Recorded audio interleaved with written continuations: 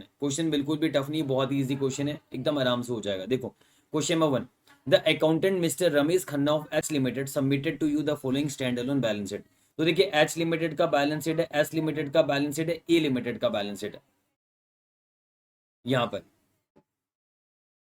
और इसके अलावा आप देखिए इन्वेस्टमेंट दिया हुआ फाइनेंशियल एसेट के अंदर, इन्वेस्टमेंट किया हुआ 14,000 शेयर्स में, 5,60,000 14,000 शेयर्स का इन्वेस्टमेंट है। और वही यहाँ पर अगर आप देखोगे टोटल शेयर कैपिटल कितना है,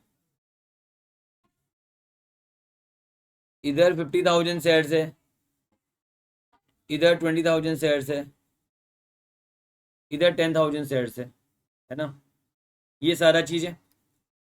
तो अब देखिए 20,000 शेयर्स जो है एस लिमिटेड का है, उसमें से 14,000 शेयर्स हमारे पास है, यानी 70% स्टेक हमारा है।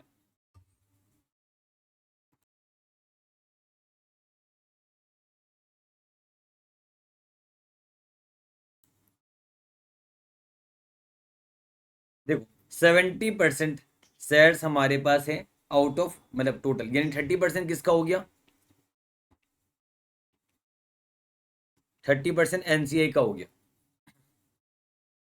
मतलब 20,000 शेयर्स और रुपीज 10 नीचे, 70% हम एक्वायर करें, 14,000 हम एक्वायर करें, 14,000 डिवाइड बाई 20,000 यानी 70% शेयर्स हम एक्वायर कर रहे हैं, है ना। तो कंट्रोल आया, यस हमारा कंट्रोल है, यानी हम ये कह सकते हैं कि एस लिमिटेड में हमारा कंट्रोल है, एस लिमिटेड में हमारा कंट्रोल है विद 70% वोटिंग राइट, ये हमें पता चला। इसके अलावा अब हम एक और देख लेते हैं, इसके अलावा एक और चीज देख लेते हैं, ए लिमिटेड को भी देख लेते हैं। ए लिमिटेड के टोटल 10,000 शेयर्स है, उसमें से 4,000 शेयर्स हमारे पास है, यानी 40% स्टेक है। मतलब यहाँ पर हमारा ए लिमिटेड में कंट्रोल नहीं है, हमारे यहाँ पर सिग्निफिकेंट इन्फ्लुएंस है। तो एस लिमिटेड में तो देखो इंडेस 110 लगेगा हमारा, ठीक है। ए लिमिटेड में हम इक्विटी मेथड अप्लाई करेंगे एज पर इंडेस 28, ये इक्विटी मेथड भी मैंने आपको समझाया था, हम इक्विटी मेथड अप्लाई करेंगे, है ना। यहाँ पर इक्विटी मेथड अप्लाई किया जाता है, मतलब यहाँ पर इनिशियली इन्वेस्टमेंट को हम रिकॉर्ड करते हैं कॉस्ट में, और सब्सिक्वेंटली हम क्या करते हैं, इक्विटी मेथड लगाते हैं यहाँ पर। तो ये आपको समझ में आया, बैठ गया पूरा का पूरा ये, यानी एच लिमिटेड का एस लिमिटेड में कंट्रोल है, ए लिमिटेड में सिग्निफिकेंट इन्फ्लुएंस है। तो क्या एस लिमिटेड का सभी एसेट्स एंड लायबिलिटीज को फेयर वैल्यू में पुल किया जाएगा एक्विजिशन डेट पे, जी हाँ, है ना। और फिर प्री एक्विजिशन पोस्ट एक्विजिशन जो प्रॉफिट है उसके हिसाब से शेयर ऑफ प्रॉफिट भी बंटवारा किया जाएगा एनसीआई में, और कौनसो पीएनएल में पोस्ट एक्विजिशन प्रॉफिट का बंटवारा किया जाएगा। वही अगर मैं ए लिमिटेड की बात करूं, तो ए लिमिटेड में आपका सिग्निफिकेंट इन्फ्लुएंस है, तो क्या इसके भी एसेट्स एंड लायबिलिटीज को हम पुल करेंगे, नहीं करेंगे। इसके एसेट्स एंड लायबिलिटीज को पुल नहीं किया जाएगा, इस पर हम सीधा इक्विटी मेथड लगाएंगे और एक सिंगल लाइन में दिखाएंगे investment in associates, 40% single line में दिखाएंगे हम इसको।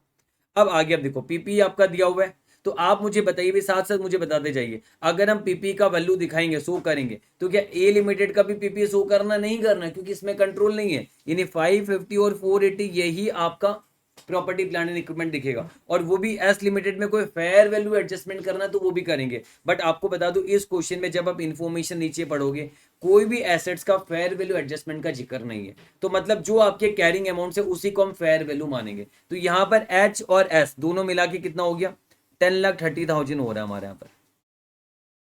तो 10,30,000 में आपका ये पीपी दिखेगा, ये वाला नहीं दिखेगा, क्योंकि ये एसेट्स को हम पुल नहीं करेंगे, क्योंकि यहाँ पर सिग्निफिकेंट इन्फ्लुएंस है, कंट्रोल नहीं। यहाँ पर हम investment in associate single line में दिखाएंगे, है ना, सिंगल लाइन में दिखाएंगे। फिर आपका ये तो इन्वेस्टमेंट है, ये इन्वेस्टमेंट आपका आगे जाके हम सेट ऑफ करेंगे, वो बाद में देखेंगे। इन्वेंट्री की भी बात करें तो ये दोनों आपका प्लस होगा, ये नहीं आएगा। तो 437 कितना आ रहा है, 4,85,000 प्लस 382,500। मैं एक बार आपको समझाने का काम कर रहा हूं मैं, तो आप बस सुनते ही जाइए जैसे मैं करा रहा हूं, बाद में एकदम इजी लगेगा आपको। कैश एंड कैश इक्विवेलेंट भी इन लोग का नहीं लेना है हमें कुछ भी, यानी ये आ जाएगा 1,87,000 का कैश एंड कैश इक्विवेलेंट दोनों का मिला के, और इधर आ जाएगा ट्रेड रिसीवेबल 7 लाख का, 7 लाख का ट्रेड रिसीवेबल्स आ जाएगा। शेयर कैपिटल मुझे पता है सिर्फ पेरेंट का ही हम लेते हैं, शेयर कैपिटल सिर्फ पेरेंट का ही लेते हैं, शेयर कैपिटल और अदर इक्विटी सिर्फ और सिर्फ पेरेंट का ही आएगा। यहाँ पर भी रिटेन अर्निंग 9 लाख सिर्फ पेरेंट का ही आएगा। उधर तो आप बंटवारा करोगे प्री पोस्ट वगैरह में, capital reserve post acquisition profit वो सब अब करोगे, बाद में करेंगे। लॉन्ग टर्म लोन भी ये दोनों दिखाएंगे, ये सब पुल नहीं करेंगे, यानी एसोसिएट का पुल नहीं किया जाता, ये 5,50,000 दिखाया जाएगा। और इधर अगर आप देखो ट्रेड पेबल्स भी 3,79,000, प्लस 165 500, 554 500 हो गया आपका, 554 500 हो गया आपका। तो ये हमने पता है ऐसे कुछ कुछ करना है आपको यहाँ पर। अब क्वेश्चन में कोई टेंशन की बात नहीं, क्वेश्चन को हम आराम से ब्रेक करेंगे। पहले हम एडिशनल इन्फॉर्मेशन पढ़ लेते हैं। एडिशनल इन्फॉर्मेशन में ये वाला इन्फॉर्मेशन हम रुक के पढ़ेंगे, इन्वेंट्री वाला। ये वाला भी हम रुक के पढ़ेंगे, ये तो इसका तो कोई रेलेवेंस भी नहीं रहेगा आपका। और ये वाला भी हमें अभी पढ़ने की जरूरत नहीं, गुडविल वाला, इसका भी अभी रेलेवेंस नहीं रहेगा। ये वाला पॉइंट अभी हम पढ़ते, देखो एच लिमिटेड ने परचेज किया शेयर्स इन एस लिमिटेड 31 अक्टूबर को, यानी जब एक्विजिशन हुआ था, डेट ऑफ एक्विजिशन में एस लिमिटेड का रिटेन अर्निंग कितना था, 5 लाख रुपीज था। और वही ए लिमिटेड एसोसिएट को जब एक्वायर किया था 30 जून को, तब उनका रिटेन अर्निंग 1,75,000 था। यानी हमें डेट ऑफ एक्विजिशन का बता दिया कितना रिटेन अर्निंग है, ये हमें बता दिया यहाँ पर। जबकि फेयर वैल्यू एडजस्टमेंट कुछ है नहीं, है ना। और हम ये मानेंगे कि जो आपका आइडेंटिफाइबल नेट एसेट्स का फेयर वैल्यू में चाहिए होता है एक्विजिशन डेट पे गुडविल वगैरह निकालने के लिए, fair value identifiable net asset चाहिए ना, उसमें से हम एनसीआई माइनस करते तो हमारा शेयर ऑफ नेट एसेट्स आता है, और फिर उसको हम पीसी से कंपेयर करते तब हमारा गुडविल या कैपिटल रिजर्व आता है। तो यहाँ पर कोई फेयर वैल्यू एडजस्टमेंट है नहीं ऐसे भी। और यहाँ पर हम क्या करेंगे, शेयर कैपिटल और अदर इक्विटी जो है ना, उन दोनों को ही आइडेंटिफाइबल नेट एसेट्स का फेयर वैल्यू मान लेंगे हम यहाँ पर। पिछले क्वेश्चन में भी चेन होल्डिंग में भी हमने ऐसा ही किया था। तो अब देखो यहाँ पर आप देखिए, यहाँ पर अगर मैं सिर्फ अभी सब्सिडरी की बात कर रहा हूँ, मैं रफ में आपके साथ डिस्कशन कर रहा हूँ। सब्सिडरी का शेयर कैपिटल 2 लाख, ये क्या होगा, पूरा का पूरा प्री होगा। ये तो पूरा का पूरा प्री होगा। ये 7,50,000 में से प्री कितना होगा, 5 लाख आपका एक्विजिशन डेट पे रिटेन अर्निंग का बैलेंस था, तो 5 लाख आपका प्री होगा। यानी 2 लाख और इसमें से 5 लाख आपका प्री होगा, और 2,50,000 इसमें से क्या होगा, पोस्ट होगा। तो आप मुझे बताइए प्री एक्विजिशन आपका कितना होगा नेट एसेट। एक तो ये 2 लाख, एक 5 लाख, 7 लाख। तो 7 लाख रुपीज हम ये बोल सकते हैं fair value of identifiable net assets कितने का है, आप बोलोगे सर 7 लाख रुपीज का है। 2 लाख का शेयर कैपिटल, 5 लाख रुपीज का रिटेन अर्निंग एक्विजिशन डेट पे। ये 7 लाख में से तो 30% जो है ना वो किसका है, एनसीआई का है। तो माइनस हम कर देंगे 30%, यानी 2,10,000 एनसीआई को जाएगा, माइनस कर देंगे। तो 4,90,000 में रफ डिस्कशन कर रहा हूँ, बाद में मैं आपको पूरा प्रेजेंटेशन समझाऊंगा, कराऊंगा। रफ डिस्कशन हो रहा है अभी, आपको बस समझाना, वैल्यूज वगैरह निकाल के देखेंगे ऑरली।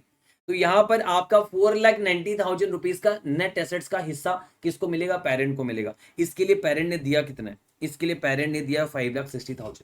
इसका इन्वेस्टमेंट फाइनेंशियल स्टेटमेंट में एसएफएस में इन्होंने देखिए कॉस्ट में रख के रखा हुआ है 5,60,000। तो 4,90,000 का नेट एसेट इसको मिला है, इसने दिया है 5,60,000, ज्यादा कितना दिया, 70,000 ज्यादा दिया। तो जो एक्सेस 70,000 दिया गया वो क्या है, गुडविल है।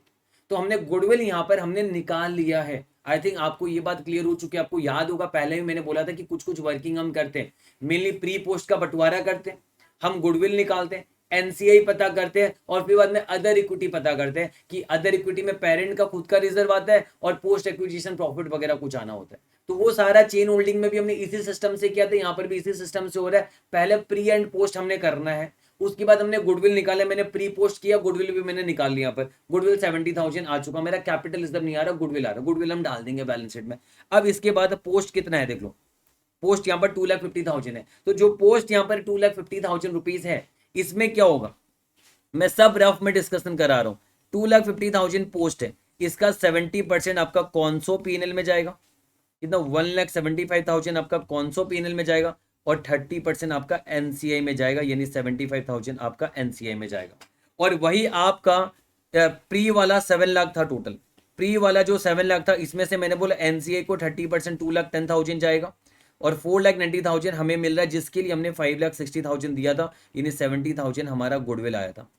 तो एनसीए कितना आ रहा है, एनसीए एक तो 2,10,000 प्री वाला में था, 7 लाख का 30% एनसीए को एलोकेट हुआ 2,10,000, और इधर एनसीए 75,000। तो एनसीए कंसोलिडेशन डेट पे कितना हो गया, 2,10,000 प्लस 75,000, आपका 2,85,000 का आपका एनसीए हो गया। क्या इस बात से सहमत हो आप, बोलो हाँ या ना, मुझे एक बार बस बता दो, क्या इस बात से सहमत हो। तो मैंने अभी प्री पोस्ट किया, मैंने गुडविल निकाला, मैंने एनसीए निकाला। अब अगर मैं रफ में आपको अदर इक्विटी की भी बात करूं, रफ में अदर इक्विटी की बात करूं, बाकी प्रेजेंटेशन हम करेंगे, पहले रफ की हम बात करें। रफ में अदर इक्विटी की बात करेंगे तो पेरेंट का तो पूरा 9 लाख आएगा,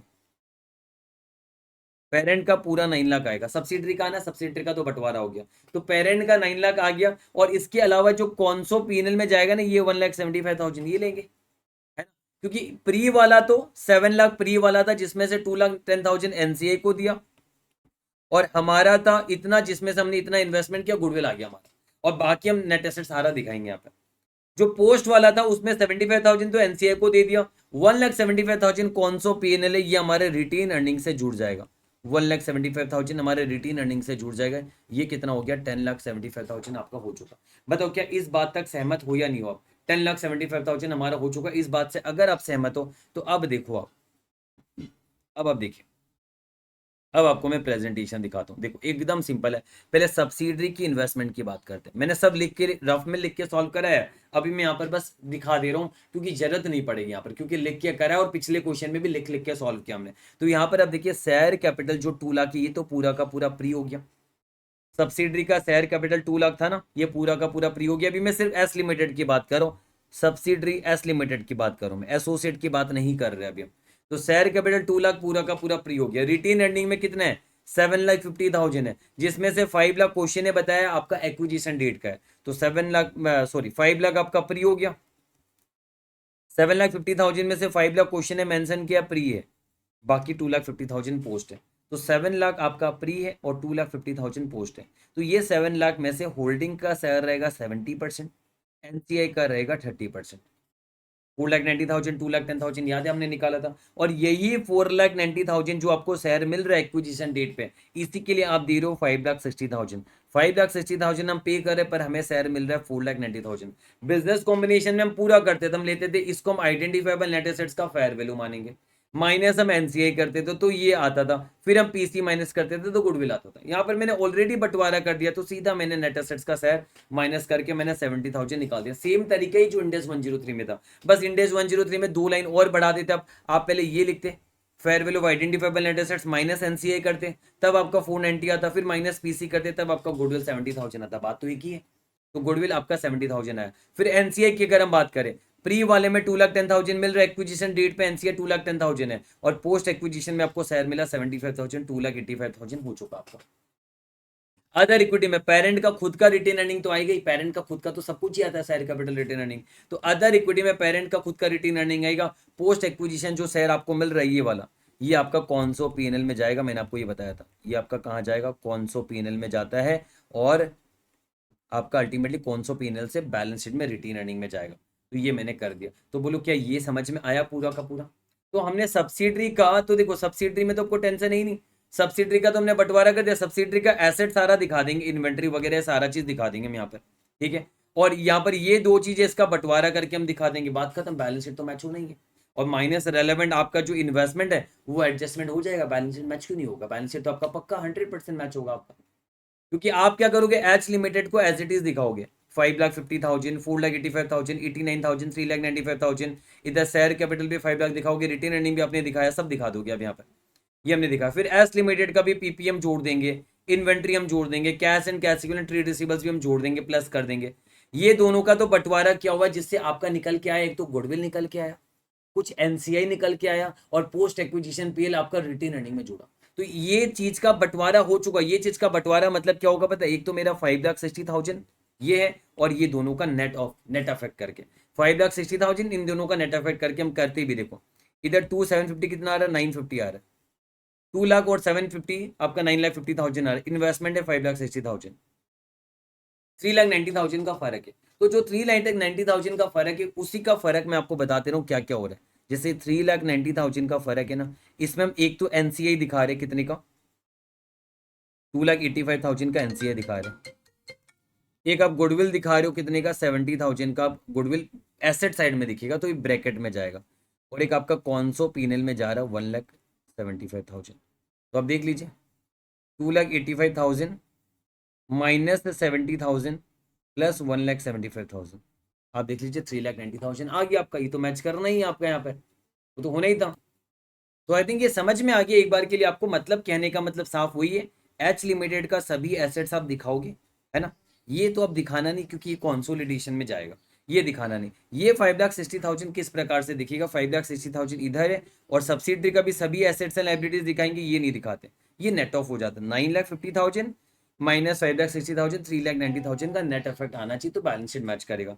3,90,000 का नेट इफेक्ट में मैंने बोला एनसीए में 2,85,000 दिखाऊंगा, गुडविल 70,000 दिखाऊंगा। गुडविल तो एसेट साइड में दिखता है, और ये नेट इफेक्ट तो आपका शेयर कैपिटल इक्विटी साइड में है, तो ये ब्रैकेट में रहेगा क्योंकि एसेट में देखा। और 1,75,000 ने कौन सा पीएनएल में डाला, इन दोनों का, तीनों का नेट इफेक्ट 3,90,000 हो रहा है, वो मैंने आपको बताना था, तो ये हमने करा यहाँ पर। तो ये आपको अब समझ में आ गया पूरा अच्छी तरीके से। अब ये कंसोलिडेशन आपका बन जाएगा और मैच भी करेगा आपका, कोई दिक्कत वाली बात नहीं।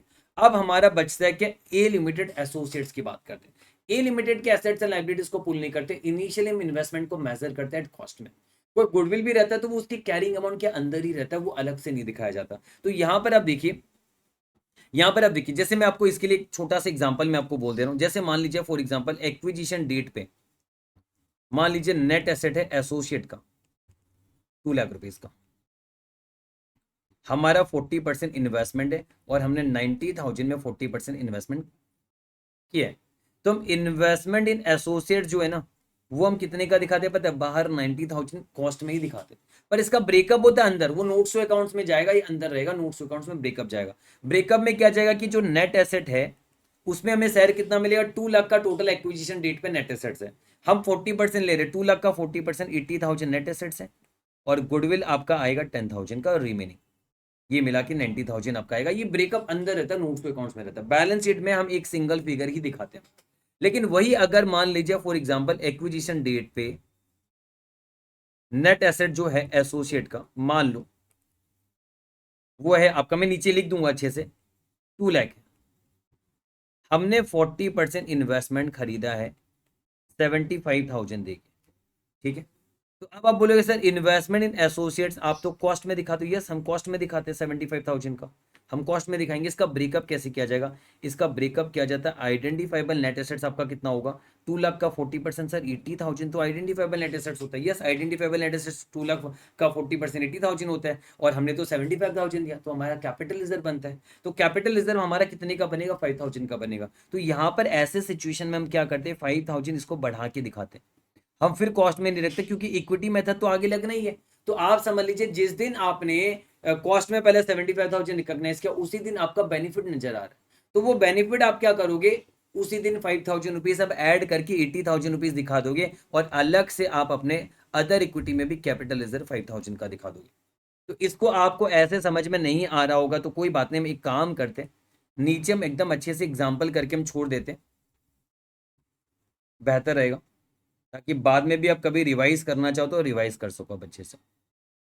चलिए बेहतर रहेगा। देखो मान लीजिए एग्जाम्पल ले लेता हूं मैं,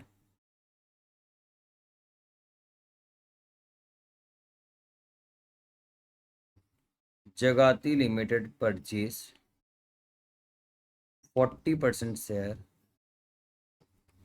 of E limited for ₹90,000 on which date identifiable net assets is ₹2 lakh. Identifiable net assets आपका 2 लाख का। हमें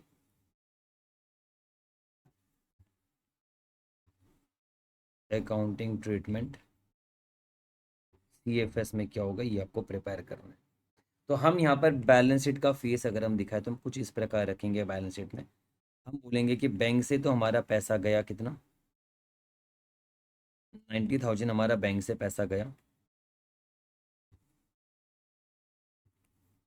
इन्वेस्टमेंट इन एसोसिएट्स में हम दिखाएंगे शेयर ऑफ आई ने हमारा जो रहेगा वो कितने का रहेगा?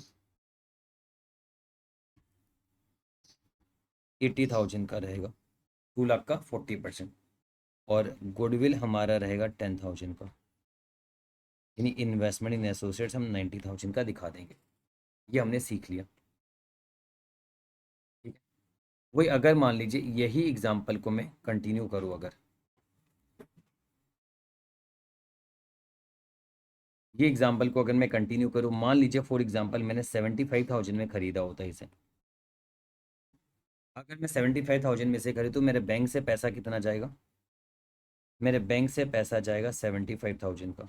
तो ऐसे सिचुएशन में आपका शेयर ऑफ नेट एसेट्स आपका 80,000 के ना, आपका तो यहाँ पर देखा जाए तो कैपिटल रिजर्व आएगा। तो कैपिटल रिजर्व हम इस तरफ दिखाते हैं, अदर इक्विटी के अंदर दिखाएंगे हम।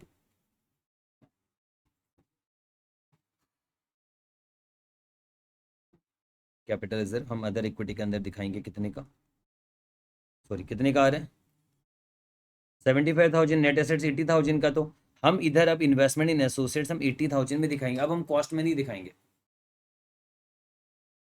अब हम कॉस्ट में नहीं दिखाएंगे, अब हम क्या करेंगे 80,000 में दिखाएंगे जो कि नेट एसेट्स है, और कैपिटल रिजर्व इधर 5,000 का दिखा देंगे। तो आप देखिए इधर भी आपका नेट 5,000 ही होता है और इधर भी आपका नेट 5,000 ही होता है, इधर भी आपका 5,000 ही होता है। ठीक है, तो ये हमने पूरा का पूरा ये करा एकदम अच्छे से, है ना, ये समझा। तो आप कैपिटल रिजर्व यहाँ पर दिखाओगे, तो वही चीज मैंने यहाँ पर, अब आपको मुझे इस क्वेश्चन में आना, मैंने एग्जांपल समझा दी। यहाँ पर आप देखिए, यहाँ पर आपने 40% शेयर्स खरीदा है, कितना 1 लाख रुपीज दे के आपने खरीदा, 1 लाख रुपीज आपने दिया है। और क्वेश्चन ने क्या बता दिया यहाँ पर कि जब आपने ए लिमिटेड को एक्वायर किया तो इसका रिटेन अर्निंग 1,75,000 था।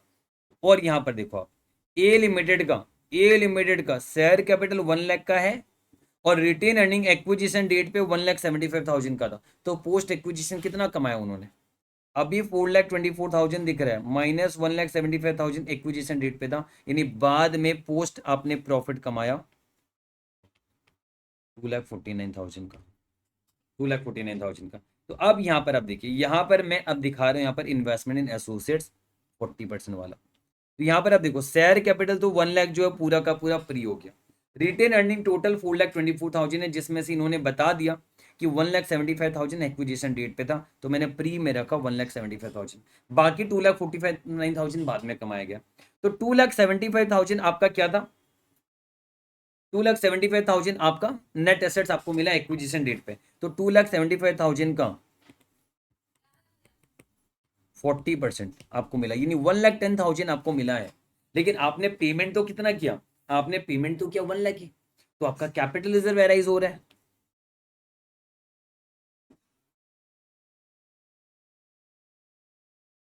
कॉस्ट आपने इनकर किया 1 लाख का, तो कॉस्ट आपने जबकि इनकर किया 1 लाख का, तो आपका 10,000 का कैपिटल रिजर्व एराइज हो रहा है, वो हमें दिखाना है बाद में, इसको मत भूलिएगा, ये बाद में हम अदर इक्विटी में जोड़ेंगे। और देखो मैंने ये 10,000 का कैपिटल रिजर्व लास्ट में जोड़ भी दिया, देखो अदर इक्विटी में ये 10,000 का कैपिटल रिजर्व हम जोड़ेंगे, ये हमने जोड़ दिया यहाँ पर कैपिटल रिजर्व। तो investment in associate acquisition date पे 1,10,000 का हुआ, ये आपको समझ में आ गया पूरा। अब आगे फ्यूचर में कितना कमाया, 2,49,000 कमाया, तो इक्विटी मेथड से हम क्या करेंगे, जो 2,49,000 कमाया गया उसका 40% हमें मिलेगा 99,600। तो 99,600 हम क्या करेंगे, इन्वेस्टमेंट को बढ़ाएंगे और साथ साथ पीएनएल में दिखाएंगे। हम पहले से इक्विटी मेथड में ही करते आ रहे हैं, हमारा इन्वेस्टमेंट बढ़ेगा और पीएनएल बढ़ेगा, मतलब कौन सा पीएनएल बढ़ेगा, ये देखो मैंने यहाँ पर लिख रखा हुआ है।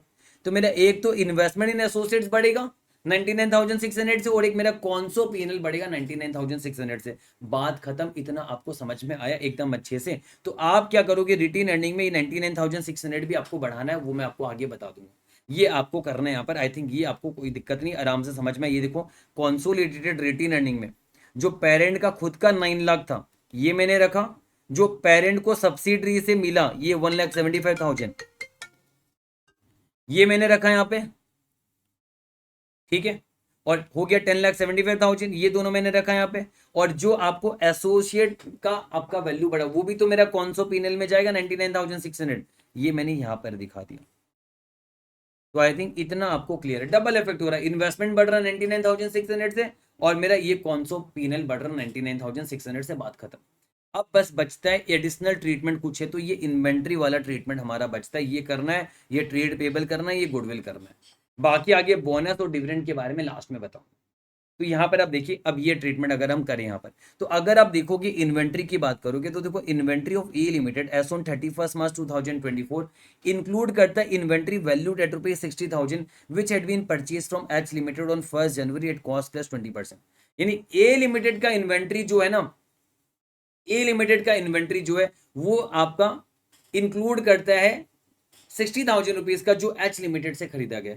तो एच लिमिटेड ने किसको बेचा था, ए लिमिटेड को बेचा था। प्रॉफिट किसका था, एच लिमिटेड का था, कितना था 20% प्रॉफिट में बेचा है, 60,000 इज 120%, तो 50,000 कॉस्ट है, तो आपका प्रॉफिट कितना है इसमें 10,000 है।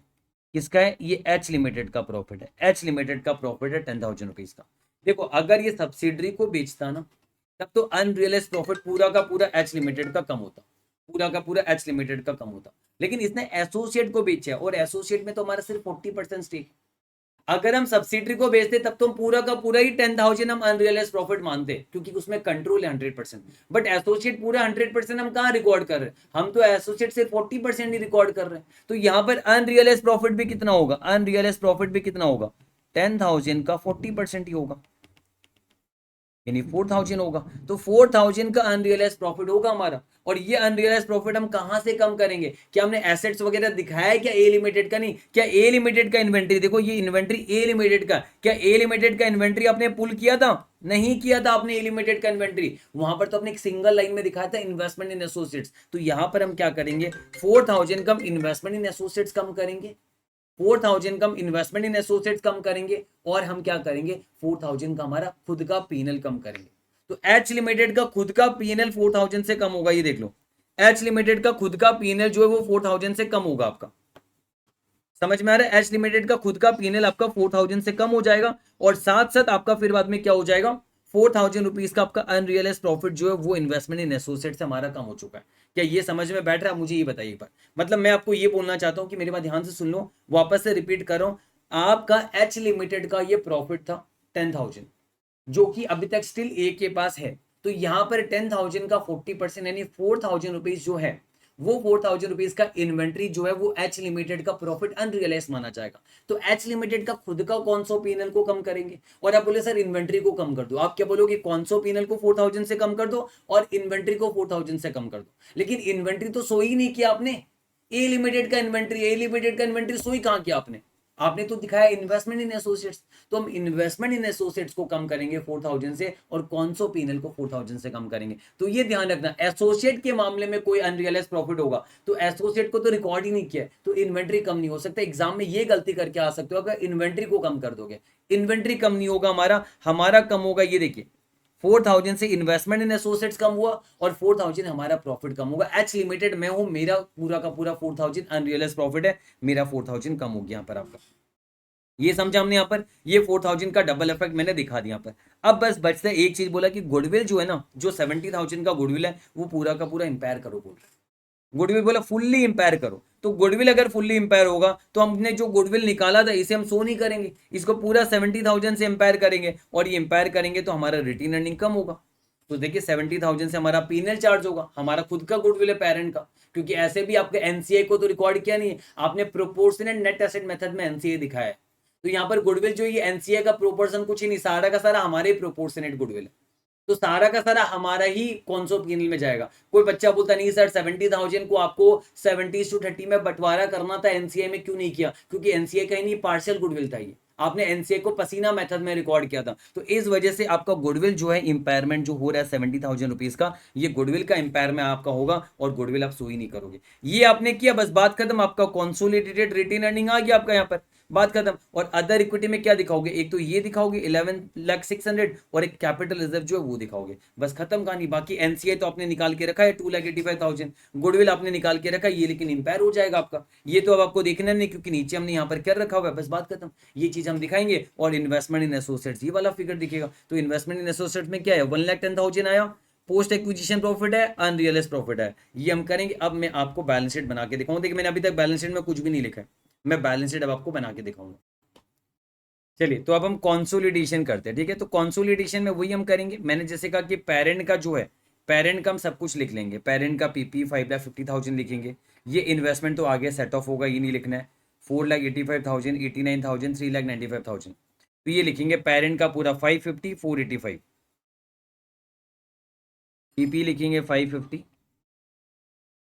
और इन्वेंट्री 4,85,000, कैश आई थिंक 89,000 था, और ट्रेड रिसीवर्स मेरे ख्याल से 3,95,000 था, हम देख लेंगे, 89,000, 3,95,000 परफेक्ट है। इधर शेयर कैपिटल 5 लाख आएगा,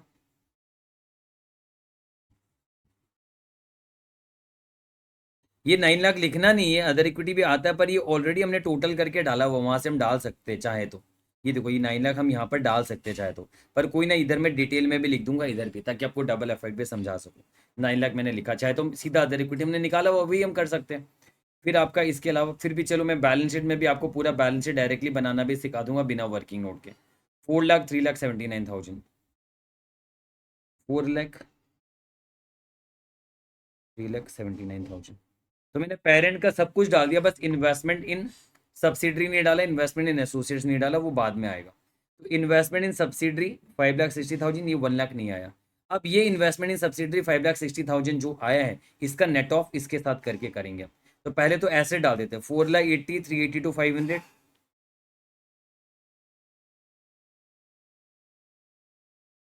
4,80,000,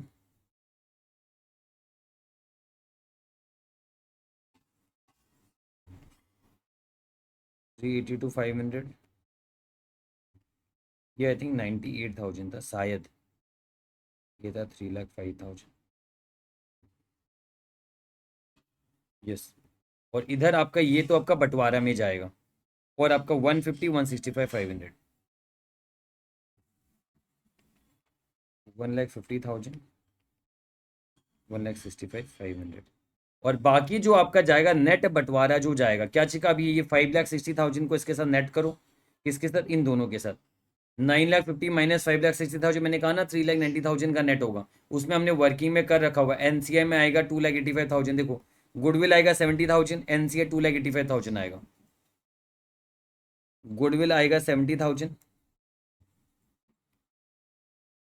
एनसीआई आएगा 2,85,000। और कौन सो पीएनएल में जाएगा ना,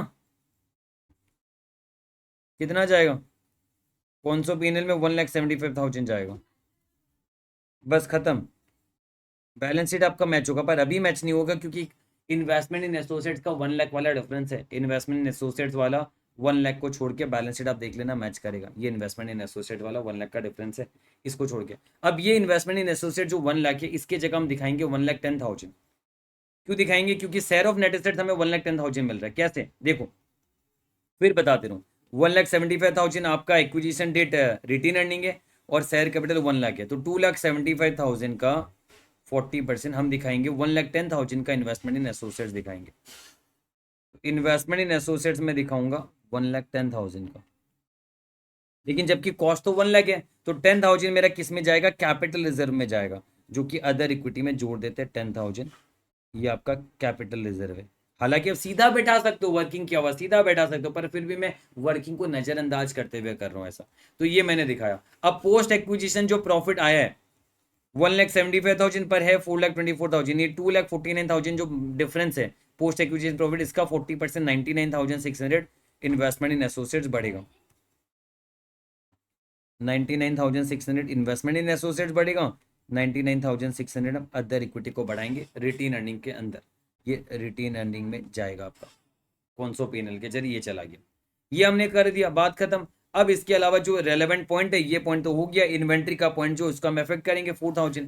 तो इन्वेंट्री 4,000 जो है ये एसोसिएट का, एसोसिएट को तो रिकॉर्ड किया नहीं है, तो 4,000 हमारा क्या होगा पता है, एक तो 4,000 हमारा यहाँ से कम होगा, और एक 4,000 हमारा इन्वेस्टमेंट इन एसोसिएट से कम होगा, है ना, ये कम होगा। ये हमने कर दिया। अब ये वाला पॉइंट हो गया।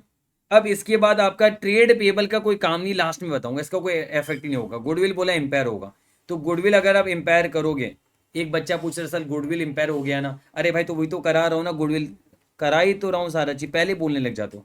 70,000 आप यहाँ पर माइनस करेंगे, डबल इफेक्ट कैसे देते अगर हम पहले नहीं वो करते तो। अब 70,000 इधर माइनस होगा, डबल इफेक्ट भी तो देना है, इसलिए मैंने पहले गुडविल पूरा लिखा है। समझते नहीं हो आप लोग, और पहले बोलने लग जाते हो। पहले रुको, शांति रखो, फिर बोलो ना। मुझे पता है, आप नहीं बताने से भी पता है मुझे। ये इन्वेंट्री का है, ये गुडविल का है ना। ये हमने कर दिया, तो गुडविल वाला भी हमने 70,000 इम्पायर कर दिया, बात खत्म। अब और क्या बचा, अब और कुछ भी नहीं बचा। डिविडेंड वाला लास्ट में करेंगे, डिविडेंड बोनस अभी नहीं करना, डिविडेंड नहीं करना अभी। अब एक बार बैलेंस शीट को क्लोज करो आप, बैलेंस शीट अब मैच करेगा पूरा का पूरा, आप देख लो। ये आ रहा है कितना, 5,9,10,30,000, ये आ रहा नील, इधर आ जाएगा 2,05,600, इधर आ जाएगा 4,85,000 प्लस 382,500, 867,500, इधर आ जाएगा 1,87,000, इधर आ जाएगा 7 लाख, इधर आ जाएगा 5 लाख, इधर आ जाएगा 5,50,000,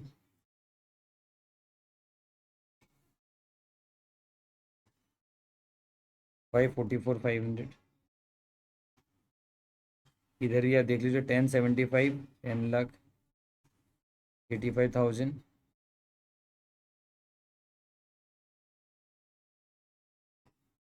11,10,600। ये बैलेंस शीट आपका बन चुका है। ये मैच करेगा ही करेगा, मुझे टोटल करने की आवश्यकता ही नहीं, मैच करेगा ही, मैच करेगा, टोटल करने की आवश्यकता ही नहीं है मुझे। आप लोग टोटल करना, मुझे करने की आवश्यकता नहीं है, मैच करेगा ये। अब यहाँ पर आपको मैं बता दूं, आईसीए ने जो सोल्यूशन किया ना, वहां पर इन्होंने 3 अप्रोच से सोल्यूशन किया। इन्होंने आईसीए ने 3 अप्रोच से सोल्यूशन किया। आईसीए ने ये बोला in case of dividend, bonus की बात भी लास्ट में करूंगा, जरूरत ही नहीं पड़ेगी बोनस के बारे में कुछ बोलने की, बोनस का कोई ट्रीटमेंट ही नहीं है। जो बोनस बोनस बोनस चिल्ला रहे हैं ना, बोनस का कोई ट्रीटमेंट ही नहीं हुआ कौन सो में बता दूंगा लास्ट में क्यों नहीं होगा। अब बच्चा डिविडेंड जो है, तो डिविडेंड का एक क्वेश्चन इन्होंने ऐसा किया जहां पर इन्होंने एज्यूम किया है कि डिविडेंड डिक्लेयर जो है 2023-24 का बैलेंस शीट बना रहे। अब ये तो 31 मार्च 2024 का है, तो अगर आप ये एज्यूम करो कि डिविडेंड डिक्लेयर 31 मार्च के बाद किया है, तब तो कोई इफेक्ट ही नहीं आएगा। तो यहां पर एक बार सॉल्यूशन ये किया गया मानते हुए कि डिविडेंड डिक्लेयर्ड हुआ है आफ्टर 31 मार्च, है ना, ये मानते हुए ये बैलेंस शीट है assumed dividend declared and therefore no treatment, कोई ट्रीटमेंट ही नहीं होगा, इस वजह से कोई ट्रीटमेंट ही नहीं होगा, ये एज्यूम करते हुए। लेकिन वही अगर हम एज्यूम करें कि नहीं डिविडेंड डिक्लेयर जो हुआ है, हम ये एज्यूम करें कि डिविडेंड डिक्लेयर हुआ है, तब क्या ट्रीटमेंट होगा?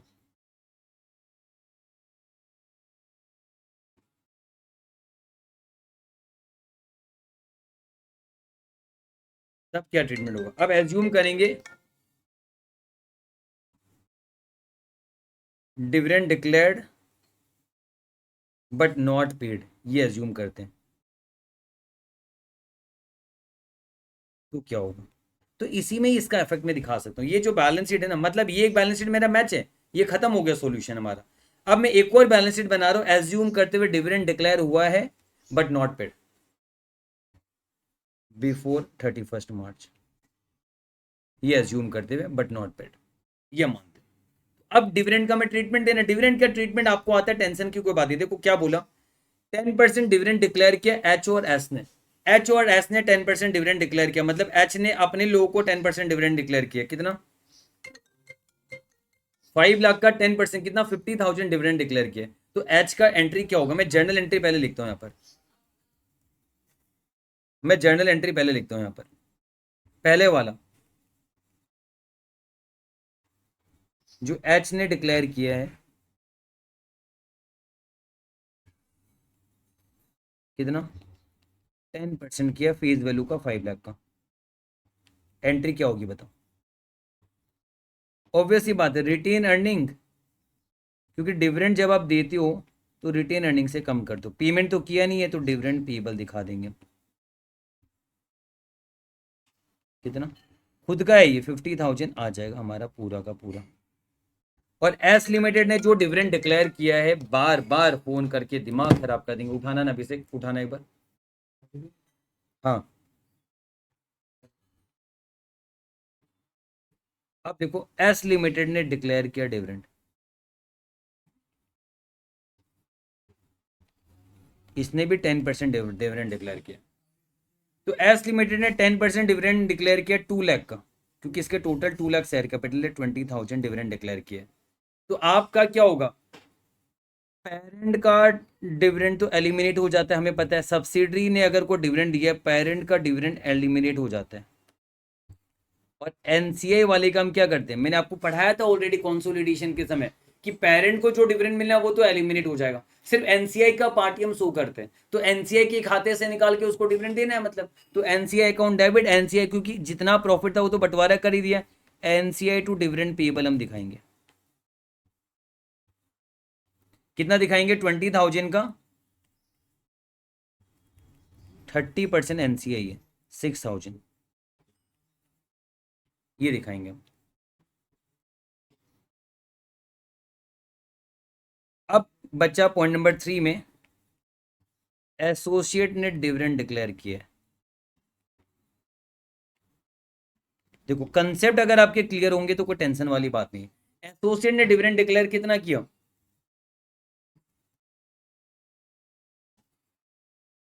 एसोसिएट का शेयर कैपिटल 1 लाख है,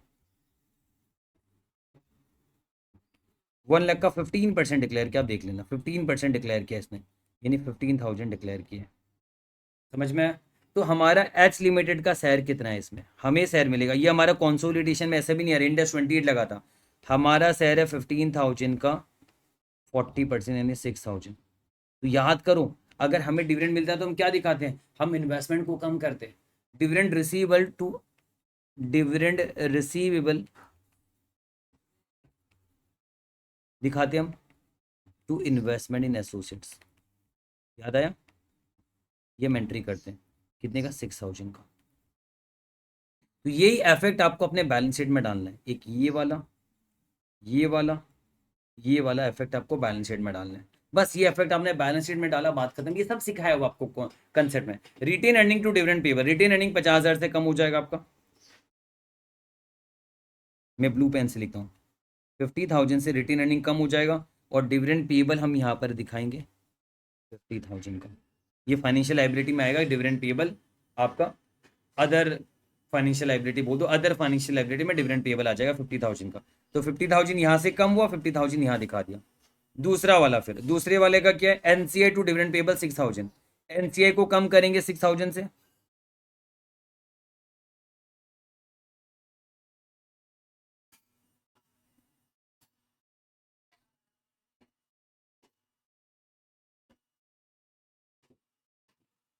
एनसीआई को 6,000 से कम करेंगे और डिविडेंड पेबल 6,000 दिखा देंगे, बात खत्म, ये भी डबल इफेक्ट कर दिया। अब बचता है एक और चीज, एक और ये एसोसिएट वाला, dividend receivable to investment in associates, investment in associate 6,000 से कम हो जाएगा, कम हो जाएगा, और डिविडेंड रिसीवेबल दिखाना पड़ेगा, इधर हम दिखा देंगे डिविडेंड रिसीवेबल 6,000, बस बात खत्म, खेला हो गया। इजे बोलता ना खेला हो बे, खेला हो गया खेला, अब तो खुश हो, अब बात खत्म, अब इसको ठीक कर लो अब, तो ये 25,600 की में से माइनस कर दो, 199,600 हो जाएगा ये,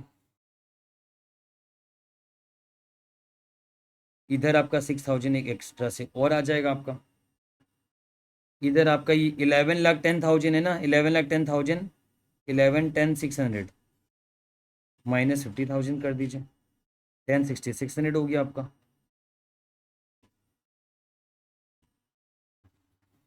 ये आपका आ जाएगा 2,79,000, है ना, इधर आपका आ जाएगा 56,000, ये भी मैच करेगा ये, अब आपका करना ही हो गया, मैंने डिविडेंड का एडजस्टमेंट बता दिया, कितना सिंपल है, अगर आएगा आपको तो डिविडेंड का एडजस्टमेंट भी आपने कर दिया। अब आप बोलोगे सर बोनस बोनस बोनस बताओ ना सर, बोनस बोनस नहीं चीजें बताओ, देखो कुछ नहीं था ये बोनस वाला पॉइंट जो है, कुछ भी नहीं, देखो बोनस वाले पॉइंट में क्या लिखा हुआ है, देखो लिखा हुआ है 31 मार्च को एस लिमिटेड ने बोनस दिया है 1 share for every 2 share, S limited ने 2 शेयर के बदले 1 शेयर बोनस दिया, किसने दिया, एस ने दिया है, तो एस ने जो बोनस दिया है 2 के बदले 1 दिया, तो एस का क्या होगा पता है, ये 2 लाख जो है ये 3 लाख हो जाएगा, क्योंकि 2 के बदले 1 शेयर दिया मतलब 1 लाख का शेयर और दे दिया, और इधर आपका रिटेन अर्निंग 6,50,000 हो जाएगा। लेकिन जब हम बंटवारा करेंगे तो बात तो वही होना है, आपका इधर जो आपका 6,50,000 है उसमें 1 लाख भी आपका प्री एक्विजिशन का हिस्सा रहेगा, तो बस सेपरेट फाइनेंशियल स्टेटमेंट में आप 3 लाख दिखाओगे, मतलब इंडिविजुअल फाइनेंशियल स्टेटमेंट में एस लिमिटेड दिखाएगा 3 लाख, है ना, और इधर दिखाएगा 6,50,000, लेकिन कौनसों में कोई फर्क ही नहीं पड़ेगा, क्योंकि आप बोनस दे रहे हो, ये खुद अंदर की बात है, इससे कौनसों में कोई इंपैक्ट नहीं पड़ेगा, कौनसों में स्टिल वही बंटवारा होगा, वो 2 लाख प्री रहेगा, ये 3 लाख भी 1 लाख जो दिया इसका प्री का हिस्सा बन जाएगा, वो भी प्री रहेगा आपका, तो अल्टीमेटली वो इसका कोई इफेक्ट ही नहीं आ रहा है। तो आप एक नोट लिख सकते हो कि no effect of bonus issue on consolidated financial statement, ये नोट में आप डाल देना।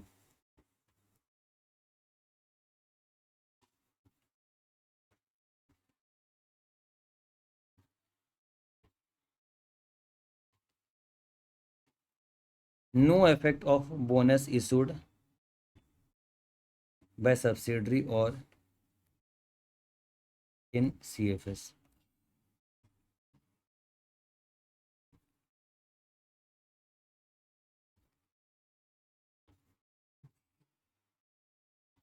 अगर बोनस पेरेंट इशू करता लेकिन, तो आपका क्या होता है, शेयर कैपिटल आपका इंक्रीज हो जाता और आपका अदर इक्विटी डिक्रीज हो जाता।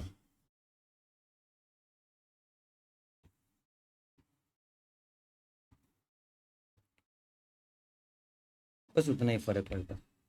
लेकिन यहाँ पर तो ऐसा कुछ है नहीं, कोई इफेक्ट ही नहीं है, बोनस इशू का कोई इफेक्ट ही नहीं पड़ा आपका। तो पूरा का पूरा क्वेश्चन मैंने आपको समझा दिया और ये क्वेश्चन टाइम भी नहीं लगेगा, पूरा आराम से हो जाएगा। बताओ सब कुछ अच्छे से समझ में आया कि नहीं है, बोलो एकदम अच्छे से पूरा क्वेश्चन को रगड़ के समझाया कि नहीं समझा, मुझे बताओ। अब डिविडेंड एकदम लास्ट में डिविडेंड का ट्रीटमेंट कर दिया। अब बोलो सर एक और बात सर, आप एक चीज भूल रहे हो, ट्रेड पेबल वाली बात। देखो ए लिमिटेड से ट्रेड ए लिमिटेड म्यूचुअल विंग में नहीं कटता है। अगर ये यहाँ पर एच लिमिटेड का ट्रेड पेबल एस होता है ना यहाँ पर, तब 25,000 हम काटते हैं। बट ए लिमिटेड का रिसीवल तुम ऐसे भी शो नहीं कर रहे, तो ये म्यूचुअल ओइंग का मामला नहीं है, क्योंकि ये एसोसिएट के साथ है। एसोसिएट का और हमारा म्यूचुअल ओइंग में नहीं कटता है, तो ये ट्रेड रिसीवल स्टेट पेबल नहीं कटेगा, क्योंकि ये एसोसिएट के साथ है। हाउएवर यहाँ पर ए की जगह एस लिखा हुआ रहता, तो 25,000 ट्रेड रिसीवल्स भी कट जाता, 25,000 ट्रेड पेबल भी कट जाता, बट यहाँ पर कटने वाला नहीं है। तो आई थिंक ये बात आपको एकदम अच्छे से क्लियर हो गई है। अब हम आगे बढ़ते हैं, ये क्वेश्चन आप खुद से एक बार सॉल्व कीजिए। मैं आपको अभी कराऊंगा, सबसे पहले क्वेश्चन नंबर 3 कराऊंगा, हैमर लिमिटेड। ये नवंबर 23 में पूछा गया था क्वेश्चन, एंड लिटरली मैं आपको बता रहा हूँ, जब मैंने सॉल्व किया ना ये क्वेश्चन, ऑब्वियस सी बात है, जब नवंबर 23 में पूछा गया था, अगर हम भी एग्जाम में बैठे होते, मैं भी ये क्वेश्चन नहीं कर पाता, क्योंकि वहाँ टाइम कंस्टेंट रहता है, बहुत सारी प्रॉब्लम रहती है, और कोई भी नहीं कर पाता, इतना मैं बता रहा हूँ, ठीक है। मतलब कर पाते, बट उसमें टाइम बहुत ज़्यादा लग जाता। ये मुद्दा है कि टाइम ज़्यादा लगता फिर बाद में वहाँ पर, है ना, ऐसा नहीं कि नहीं कर पाता। बट मैंने जब खुद से सॉल्व किया ठंडे दिमाग से घर में बैठ के, तो मुझे बहुत ईजी लगा ये क्वेश्चन। बट अगर मैं खुद स्टूडेंट होऊंगा और स्टूडेंट के तौर पे मैं सोचूं एग्जाम में 3 घंटे के प्रेशर में अगर हम बैठेंगे, तो वहां पर ये क्वेश्चन नहीं होने का। बट क्या ये क्वेश्चन टफ है, मैं कहूंगा बिल्कुल भी टफ नहीं है, बहुत इजी क्वेश्चन है। अभी जब हम ये क्वेश्चन करेंगे तो आप खुद बोलोगे सर ये क्वेश्चन हमने क्या सोचा, निकला बोला खोदा पहाड़ निकली चुईया, वैसा आपको लगेगा कि क्वेश्चन सर क्या था, क्या से क्या हो गया, इतना ईजी क्वेश्चन था सर। तो आपको ये क्वेश्चन डेफिनेटली मैं गारंटी के साथ बोल सकता हूँ कि क्वेश्चन आपको करने के बाद आपको बहुत ईजी लगने वाला है। तो चलिए अभी हम ये क्वेश्चन करते हैं, क्वेश्चन नंबर 3, दैट इज आपका पास्ट पेपर का नवंबर 23 का हम क्वेश्चन सबसे पहले डिस्कस करते हैं। The extracts of the balance sheet of Hammer limited and it subsidiary Silk limited as on 31 March 2023 are given below. पूरा सॉल्व कराऊंगा अच्छे से, ध्यान देना। देखो हैमर लिमिटेड है और उसकी सब्सिडरी सिल्क लिमिटेड, दोनों का ये सेपरेट फाइनेंशियल स्टेटमेंट दिया हुआ। हैमर लिमिटेड का एसएफएस, इसका आईएफएस दिया हुआ यहाँ पर। इन्वेस्टमेंट्स भी दोनों का बता दिया, पर ये नहीं पता इन्वेस्टमेंट सब्सिडरी में कि कोई और इन्वेस्टमेंट है, ये बताया हमें यहाँ पर। पूरा का पूरा एक बैलेंस शीट आपको दिया हुआ, यहाँ पर आपको दिख रहा होगा। नोट्स टू अकाउंट्स में पीपी का बाइफर्केशन दे दिया आपको, इंटेंजिबल एसेट्स बता दिया, दोनों का अपना अपना गुडविल है। अदर इक्विटी का बाइफर्केशन हमें चाहिए होता है, ये हमारे लिए काम की चीज है, ये इन्होंने दे दिया। तो देखो 5,50,000 और 3,75,000 जो बैलेंस शीट में है, ये देखिए 5,50,000 3,75,000, इसका बाइफर्केशन हमें इन्होंने दे दिया यहाँ पर। फिर क्वेश्चन है एडिशनल इंफॉर्मेशन में क्या बोला। एक तो बोला बोरिंग जो है वो डिबेंचर है, ठीक है। एडिशनल इंफॉर्मेशन ने क्वेश्चन ने क्या बोला, हैमर लिमिटेड ने एक्वायर किया था 20,000 equity shares of Slick limited on 1 April 2022 at a cost of ₹2,40,000। आपने 1 अप्रैल 2022 में 2,40,000 रुपीज कॉस्ट पे करके 20,000 शेयर्स खरीदा था। हमें ये पता करना है कि स्लिक लिमिटेड के टोटल शेयर्स कितने हैं। तो आप देखोगे स्लिक लिमिटेड का टोटल 10 ईच करके 5 लाख की शेयर कैपिटल है, यानी टोटल इसके शेयर्स कितने हो गए, 50,000 शेयर्स है ना, और खुद का 1 लाख शेयर्स है। तुम्हें ये पता चल गया 50,000 शेयर्स स्लिक लिमिटेड का है, जिसमें से हमने 20,000 शेयर्स एक्वायर किया था 1 अप्रैल को, यानी 40% शेयर्स हमने एक्वायर किया था। तो क्या 40% शेयर्स में यूजुअली कंट्रोल आता, नहीं आता, है ना। 40% स्टेक हमारे पास 1 अप्रैल 2022 को था। 2,40,000 में हमने खरीदा। आगे जाके फर्दर 1 अक्टूबर 2022 को, एक तो 1 अप्रैल 2022 को हमने खरीदा, फिर फर्दर 1 अक्टूबर 2022 को हमने 1,92,500 पे करके 17,500 शेयर्स और खरीदे हमने। आउट ऑफ 50,000 अगर आपने 17,500 शेयर्स खरीदे तो मतलब आपने 35% शेयर्स और आपने खरीद लिया। तो अब क्या कंट्रोल आ गया आपके पास? क्या 1 अप्रैल 2022 को कंट्रोल था? नहीं था हमारे पास। क्या हमारे पास 1 अक्टूबर 2022 को जब हमने 70,500 शेयर्स खरीदा, यानी एडिशनल 35% स्टेक खरीदा हमने, तो अब कुल मिला के हमारा 75% स्टेक हो चुका है। तो हम 1 अक्टूबर को बोलेंगे डेट ऑफ एक्विजिशन। तो हमारा डेट ऑफ एक्विजिशन क्या है? 1 अक्टूबर है 2022, ये हमारा डेट ऑफ एक्विजिशन है। और इसी दिन हम क्या करेंगे? बिजनेस कॉम्बिनेशन अकाउंटिंग होता है, इस दिन हम गुडविल या गेन ऑन बार्गेन परचेस निकालते हैं। यानी हम ये पता करेंगे कि fair value of identifiable net assets कितना है एक्विजिशन डेट पे, एक्विजिशन डेट पे एनसीआई कितना है ये हम पता करेंगे, और बाद में हम देखेंगे हम पीसी कितना दे रहे हैं। तो सबसे पहले मेरे अंदर खलबली मच रही है कि मुझे ये जानना है कि परचेस कंसीडरेशन आपने कितना पे किया। तो हम सबसे पहले ये करेंगे, देखो यहाँ पर मैं नीचे मैंने क्वेश्चन में बीच में जानबूझ के डाल दिया है, क्वेश्चन पार्ट के कुछ नीचे भी है तो बीच में मैंने जानबूझ के रखा है यहाँ पर। हम चाहे तो वैसे भी कर सकते हैं इस पार्ट को, चलो ठीक है मैं बीच में रखता हूँ, कोई दिक्कत वाली बात नहीं। या फिर एक काम करो, रुक जाओ,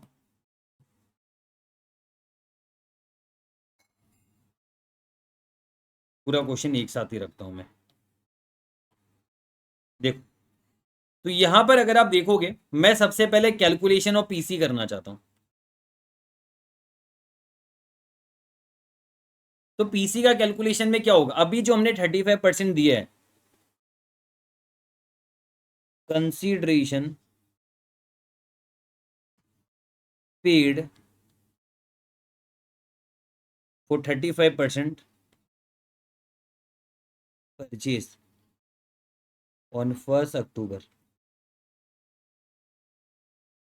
कितना दिया आपने?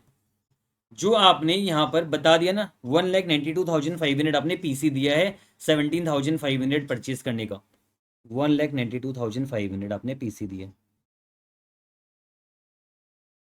ये हमने दिया। प्लस जो आपका प्रीवियसली हेल्ड इंटरेस्ट है वो भी तो पीसी का हिस्सा होगा। आपको मैंने इंडेक्स 103 में पढ़ाया था, स्टेप एक्विजिशन वाली बात हो रही है।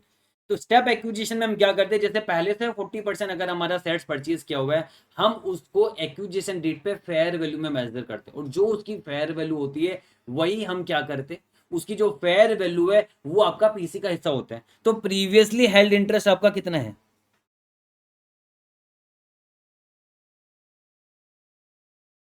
20,000 शेयर्स है ना, 40% जो आपका 20,000 शेयर्स है, इसको आपको फेयर वैल्यू में मेजर करना है। कैसे पता चलेगा इसका फेयर वैल्यू? इसका फेयर वैल्यू में यहां पर पता चलेगा, क्वेश्चन ने बोल दिया कि जब आपने कंट्रोल हासिल किया था, हैमर लिमिटेड ने जब कंट्रोल हासिल किया था स्लिक लिमिटेड का, उस वक्त शेयर्स का फेयर वैल्यू चल रहा था कितना? 11 रुपीज चल रहा था। तो हमारा 20,000 जो शेयर्स है उसका फेयर वैल्यू कितना होगा? 11 करके पकड़ लेते हैं, क्योंकि जब हमने कंट्रोल एक्वायर किया था 1 अक्टूबर को, उस दिन शेयर की फेयर वैल्यू 11 रुपीज चल रही थी। और प्रीवियसली हेल्ड इंटरेस्ट हमारा 20,000 शेयर है, 20,000 इंटू 11 कितना आ गया? 2,20,000 आ गया आपका। तो आपका टोटल पीसी कितना हो जाएगा? टोटल पीसी आपका आ रहा है 3,20,220 320 4,20,000, 4,12,500 आ रहा है। ये आपका टोटल पीसी हो जाएगा। तो हमने एक्विजिशन डेट पे निकाल दिया, एक्विजिशन डेट पे आपने पीसी जो दिया वो इतना दिया। अब ऑब्वियस सी बात है, हमारा जो इन्वेस्टमेंट है, हमें पता चल चुका कि ये इन्वेस्टमेंट जो आपने यहां पर शो कर रखा हुआ है 6,25,000 आपने इन्वेस्टमेंट शो कर रखा हुआ है। और क्वेश्चन ने बता दिया पहले आपने 20,000 इक्विटी शेयर्स खरीदा था 2,40,000 देके, और बाद में आपने 1,92,500 देके आपने और 35% शेयर्स खरीदा। तो क्या मैं ये बोल सकता हूं कि ये जो आपका 6,25,000 का इन्वेस्टमेंट है, इसमें से 2,40,000 आपका इन्वेस्टमेंट इन सब्सिडरी 2,40,000 देके खरीदा, और एक आपने 35% खरीदा 1,92,500 देके। तो ये तो इन्वेस्टमेंट इन सब्सिडरी, बाकी अदर इन्वेस्टमेंट है नॉर्मल आपकी। अब मुद्दा क्या है, हमने 2,40,000 में खरीदा था, 40% स्टेक हमने कितने में खरीदा था? 2,40,000 में खरीदा था। बट हम पीसी में इसको कितना मान रहे हैं, पीसी के अंदर हम सिर्फ 2,20,000 ही पकड़ रहे हैं, तो यानी 20,000 का पीएनएल में जाएगा। आपको याद होगा हमने 2,40,000 में खरीदा था, बट एक्विजिशन डेट पे हम उसका फेयर वैल्यू लेते हैं और जो भी डिफरेंस होता है वो पीएनएल में दिखाते हैं। स्टेप एक्विजिशन में हम ऐसे ही करते थे कि जो भी फेयर वैल्यू डिफरेंस उसे हम ये मानते थे कि इन्वेस्टमेंट इन एसोसिएट्स का आपका रिश्ता खत्म हो गया, इन्वेस्टमेंट इन एसोसिएट्स आपका डिस्पोज हो गया, वो रिश्ता आपका खत्म हो चुका है, अब नया रिश्ता कंट्रोल वाला आ रहा है। तो यहां पर 20,000 आपका जो इन्वेस्टमेंट इन एसोसिएट 2,40,000 का कॉस्ट था। कॉस्ट कितना था इसका, इसका कॉस्ट हमारा था 2,40,000 का, लेकिन हम इसे मेजर कर रहे 20,000 में, तो क्या 20,000 का डाउनफॉल नहीं है, ये 20,000 का डाउनफॉल पीएनएल में जाएगा। पीएनएल अल्टीमेटली हम पीएनएल तो बना नहीं रहे, बैलेंस शीट बना रहे, तो बैलेंस शीट में सीधा रिटेन अर्निंग से हम कम कर देंगे। तो यहां पर देखो, यहां तो 2,40,000 माइनस हो रहा है इन्वेस्टमेंट इन सब्सिडरी का हिस्सा जो है, लेकिन आपका पीसी के अंदर हम 2,20,000 ही पकड़ रहे हैं, 20,000 जो है वो आपका रिटेन अर्निंग यानी अदर इक्विटी से हम कम कर देंगे, ये पीएनएल में जाएगा आपका, यानी ये आपका पीएनएल का हिस्सा है। पीएनएल अल्टीमेटली रिटेन अर्निंग में जाता है। तो क्या ये मैंने सही किया? मतलब मैं क्या करूंगा, आपको ये पता है कंसोलिडेशन आपने पढ़ा है, आपको ये पता है कि हम इन्वेस्टमेंट जो सब्सिडरी का इन्वेस्टमेंट है वो तो ऐसे भी शो नहीं करते। हम देखते हैं आइडेंटिफाइबल नेट एसेट्स कितना मिला, एनसीआई का हक कितना है, और हमने पीसी कितना दिया, डिफरेंस को गुडविल या गेन ऑन बार्गेन परचेज दिखाते हैं। तो 2,40,000 का कॉस्ट है, लेकिन हम 2,20,000 ही पकड़ेंगे, 20,000 का आपका पीएनएल में नुकसान दिखाओगे, तो 20,000 में अदर इक्विटी से कम कर दूंगा, ये मेरा फेयर वैल्यू का लॉस हो गया पीएनएल में, है ना। स्टेप एक्विजिशन में कंसेप्ट आपने सीखा हुआ है एकदम अच्छे से, तो ये आपको पूरा अच्छे से समझ में आ गया, यहां तक आपको कोई दिक्कत नहीं है। अब आप मुझे एक बात बताओ, क्वेश्चन यहां पर हमें ये बोल दिया है, ये वाला पॉइंट सबसे पहले पढ़ाता हूं मैं, लास्ट वाला देखो। Parent company date is Hammer limited ने अडॉप्ट किया अकाउंटिंग पॉलिसी कि वो एनसीआई को मेजर करेगा फेयर वैल्यू में। एक्विजिशन डेट पे इंडेक्स 103 के हिसाब से आपने अकाउंटिंग पॉलिसी क्या चूज की है कि आप एक्विजिशन डेट पे एनसीआई को मेजर करोगे एट फेयर वैल्यू। तो आप मुझे बताइए एनसीआई एट एक्विजिशन डेट कितना होगा। मैं कंसोलिडेशन डेट की बात नहीं कर रहा, यानी 1 अक्टूबर 2022 जिस दिन कंट्रोल एक्वायर हुआ उस दिन आपका एनसीआई कितना होगा, फेयर वैल्यू में लेना है, ठीक है। फेयर वैल्यू हम पकड़ेंगे यहां पर, क्योंकि आपका अकाउंटिंग पॉलिसी आपने चूज की है पसीना नहीं, proportionate share of net asset method नहीं, आपने चूज किया क्या, फेयर वैल्यू। तो आप सबसे पहले देखो शेयर्स कितना है एनसीआई का, तो 50,000 शेयर्स थे, जिसमें से 37,500 शेयर्स तो हमारे हो गए, तो बचा हुआ 12,500 शेयर्स ही तो एनसीआई का है। तो 12,500 शेयर्स एनसीआई का है, 11 रुपीज फेयर वैल्यू तो हमें पता ही है। तो 12,500 इंटू 11 कितना आया, 1,37,500। क्या इतनी बात से आप सहमत हो? तो हमने एक्विजिशन डेट पे ये पता कर लिया पीसी इतना है, एक्विजिशन डेट पे हमने ये पता कर लिया एनसीआई कितना है, अब हमें यही जानना है कि एक्विजिशन डेट पे fair value of identifiable net assets कितना है। तो अगर ये हमने पता कर लिया, क्योंकि आपको एक्विजिशन डेट पे ये पता करना है कि गुडविल या गेन ऑन बार्गेन परचेस कितना, उसके लिए आपको क्या चाहिए होता है, आपको ये जानना होता है एक्विजिशन डेट पे आइडेंटिफाइबल नेट एसेट्स का फेयर वैल्यू कितना है, उसमें से आप एनसीआई का हक माइनस कर दो, बचा हुआ शेयर आपका खुद का होता है, और पीसी आपने कितना दिया है, ये दिया है, डिफरेंस आपका गुडविल या गेन ऑन बार्गेन परचेस आएगा। तो अब मुझे ये जानना है कि आइडेंटिफाइबल नेट एसेट्स कितना है एक्विजिशन डेट पे, उसके लिए मुझे क्या करना पड़ेगा, अगर आपका आइडेंटिफाइबल नेट एसेट्स का फेयर वैल्यू नहीं दिया हुआ तो हम एक तरीके से कर सकते हैं क्या, हम एक तरीका ये भी अपना सकते हैं कि स्लिक लिमिटेड का शेयर कैपिटल कितना है और अदर इक्विटी कितना है, इसमें से हम प्री और पोस्ट का बंटवारा करेंगे, प्री और पोस्ट का बंटवारा करेंगे, जो प्री वाला होगा वही तो आइडेंटिफाइबल नेट एसेट्स होगा एक्विजिशन डेट का। हाँ, उसमें कोई फेयर वैल्यू एडजस्टमेंट करना तो वो करना पड़ेगा, क्योंकि इससे तो आपका कैरिंग अमाउंट आएगा। आपका आइडेंटिफाइबल नेट एसेट्स क्या होता है, शेयर होल्डर फंड को भी आप आइडेंटिफाइबल नेट एसेट बोल सकते हो, क्योंकि एसेट माइनस लाइबिलिटी आपका नेट एसेट होता है, fair value of net assets, carrying amount of net assets. तो आप सीधा शेयर कैपिटल और अदर इक्विटी को भी ले लोगे अगर आप, तो ये भी आप बोल सकते हो, एक तरीके से आप बोलोगे, आप ये दोनों को अगर आप ले लो तो आप बोल सकते हो कि आइडेंटिफाइबल नेट एसेट्स है। बट ये दोनों हम नहीं ले सकते, क्योंकि ये तो कंसोलिडेशन डेट का 31 मार्च का है, मुझे चाहिए 1 अक्टूबर का एक्विजिशन डेट का, मुझे आइडेंटिफाइबल नेट एसेट जानना है कि कितना है। तो उसके लिए मुझे प्री पोस्ट में बंटवारा करना और कोई फेयर वैल्यू एडजस्टमेंट करना, तो वो मैं करूंगा, तो अब मैं वही करूंगा यहां पर, calculation of pre and post acquisition reserves, ये हम करेंगे। तो इसमें हम 1 बाय 1 करेंगे। सबसे पहले ऑफ स्लिक लिमिटेड, क्योंकि स्लिक का ही तो बंटवारा करना है। एकदम इजी ये क्वेश्चन, मैं आपको बता रहा हूँ, सच्ची बता रहा हूँ, बस ध्यान देते रहो। बाकी जैसे क्वेश्चन किया वैसे ही ये वाला भी। तो यहां पर आप क्या करोगे, यहां पर सबसे पहले मैं शेयर कैपिटल की बात कर लेता हूँ। देखो सबसे पहले नंबर पे एक तो मैं यहां लिखता हूं प्री, और एक मैं यहां लिखता हूं पोस्ट।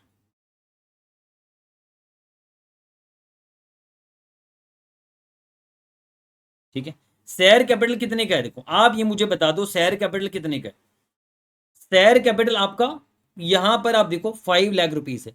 हम मान के चलते शेयर कैपिटल तो पहले से था, एक्विजिशन डेट से भी पहले से था, 50,000 शेयर था जिसमें से हमने खरीदा है। तो शेयर कैपिटल तो यूजुअली प्री बोला जाता है, अनलेस क्वेश्चन ने कुछ बोला हो तो अलग बात है।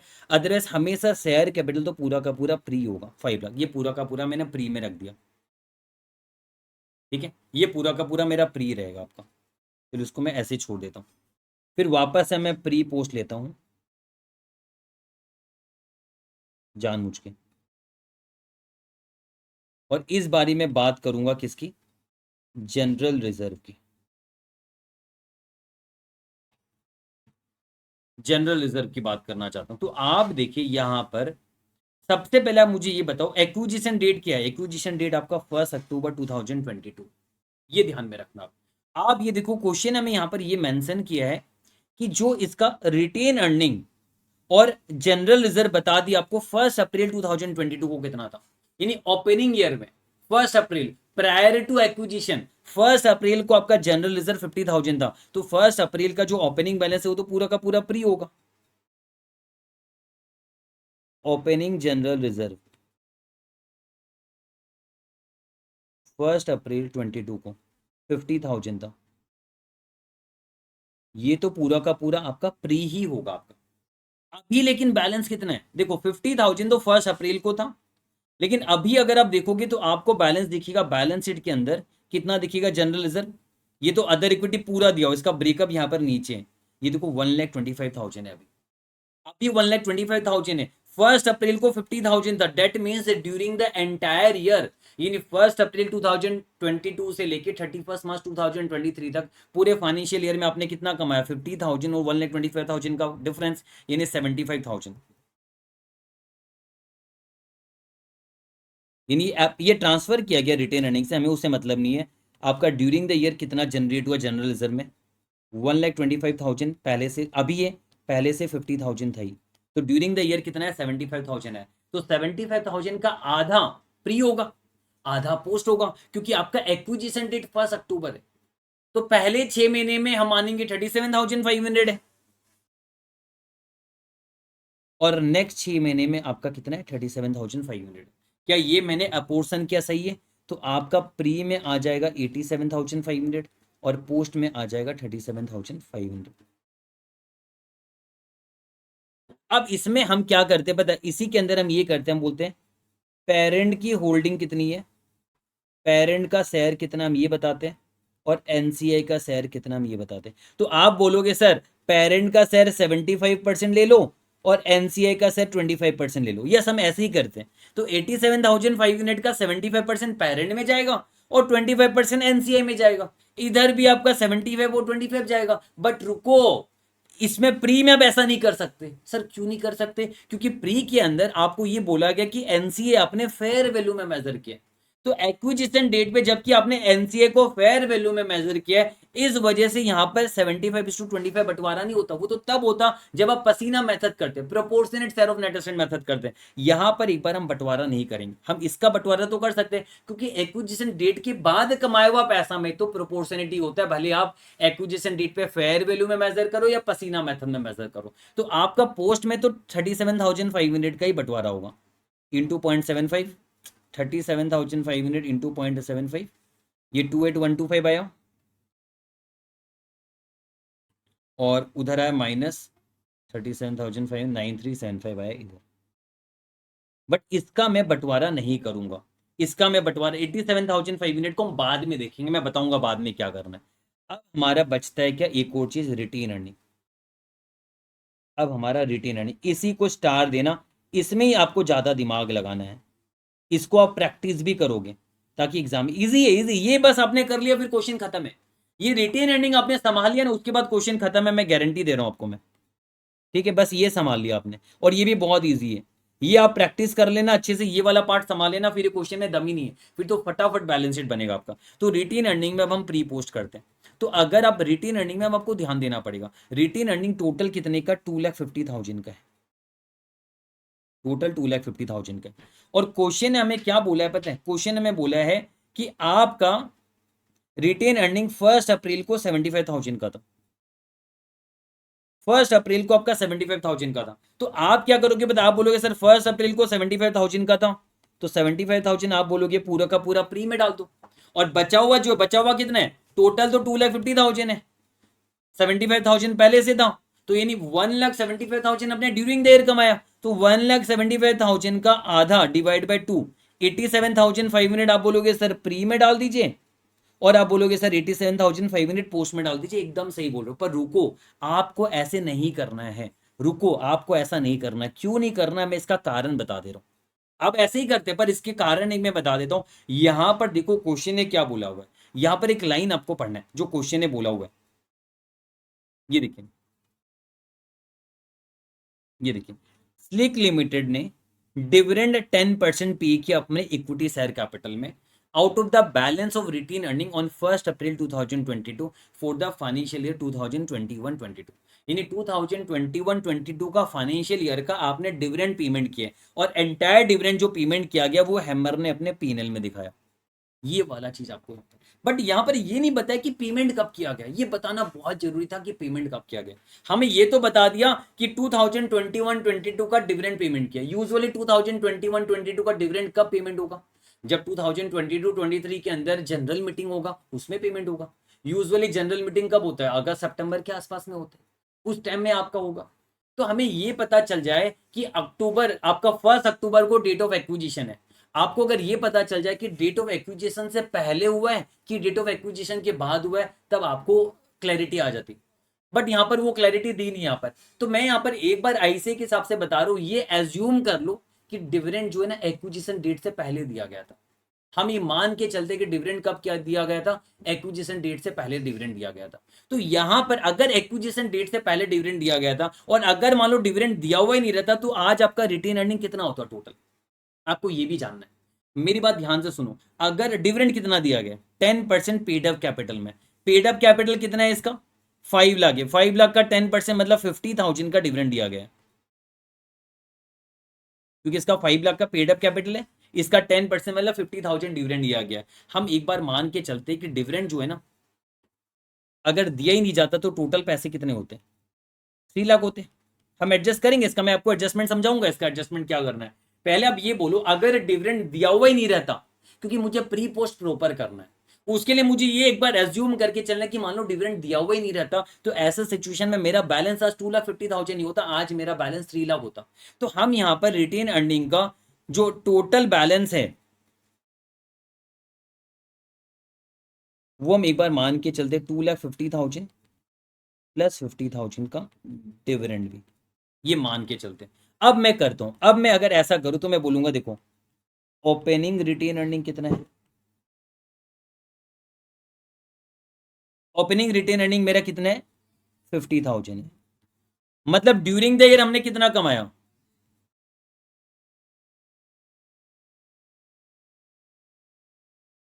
मैंने एक बार डिविडेंड को इसमें इंक्लूड कर लिया, आप एक बार इंक्लूड करो, 50,000 इंक्लूड कर लिया, मतलब 3 लाख टोटल है, तो ड्यूरिंग द ईयर कमाया 2,50,000। बस इसी में थोड़ा सा स्ट्रेस देना, बाकी तो क्वेश्चन एकदम ईजी है। कितना आया, 2,50,000 है, यानी 2,50,000 मतलब कितना आ जाएगा आपका, सही किया ना हमने। अच्छा, ओपनिंग रिटेन अर्निंग 50,000 ही था, सॉरी गलती हो गई। ओपनिंग रिटेन अर्निंग हमारा कितना था, गलती हो गई, देखो 75,000 था, माफ करना 75,000 था, यस 75,000 था। तो ड्यूरिंग देयर कितना होगा फिर आपका, 2,25,000 का आधा आधा कितना आएगा, 1,12,500, 1,20,500। अब हम माइनस करेंगे डिविडेंड पेड,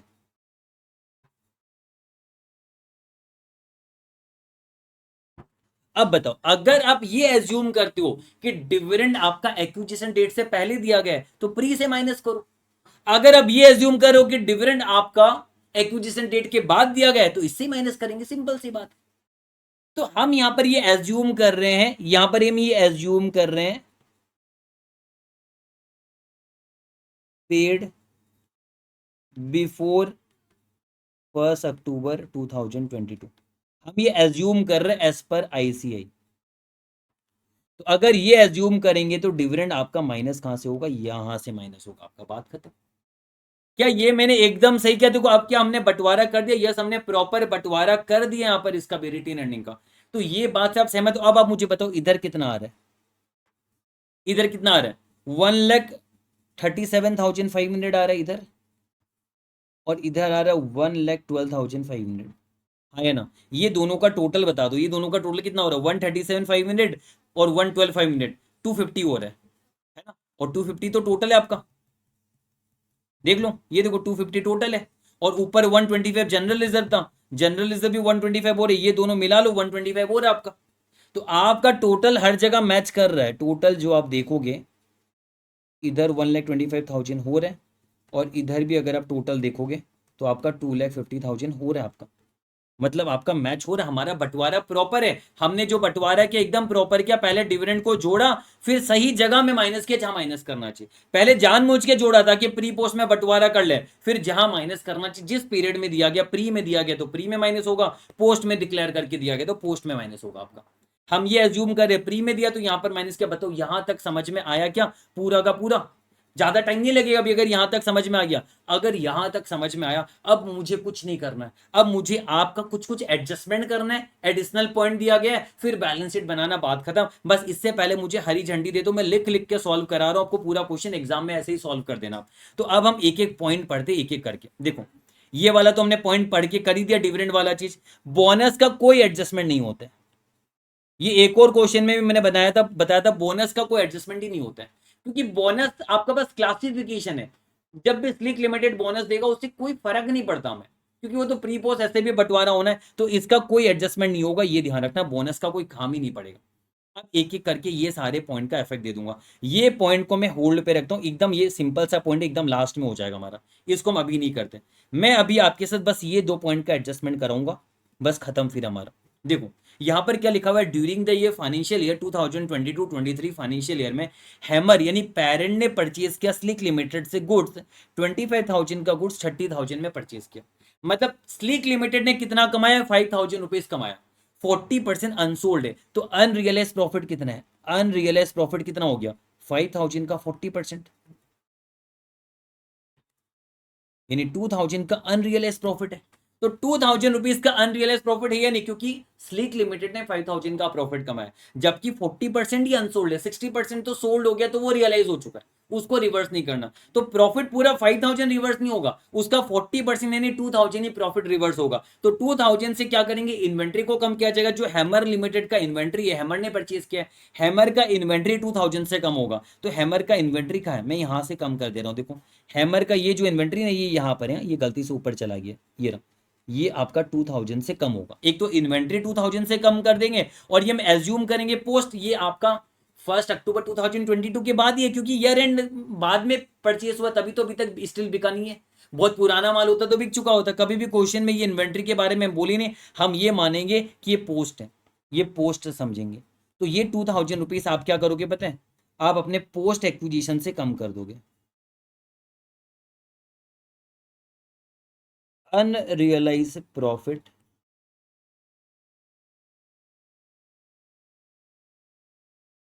ऑन इन्वेंट्री, क्या ये सही है? देखो मैंने 2,000 यहां से कम किया, मैंने डबल इफेक्ट दिया, यहां से 2,000 कम कर दिया, बैलेंस शीट से 2,000 कम कर दिया, बात खत्म, किस्सा खत्म, ये वाला पॉइंट भी। अब एक और पॉइंट बचा हुआ बस ये वाला, ये तो हमने ऑलरेडी फेयर वैल्यू वाला देख ही लिया था। 1 अक्टूबर 2022 को machinery of Slick limited over value है 20,000 से। 1 अक्टूबर 2022, 1 अक्टूबर 2022 मतलब एक्विजिशन डेट, एक्विजिशन डेट में 20,000 से ओवर वैल्यूड है।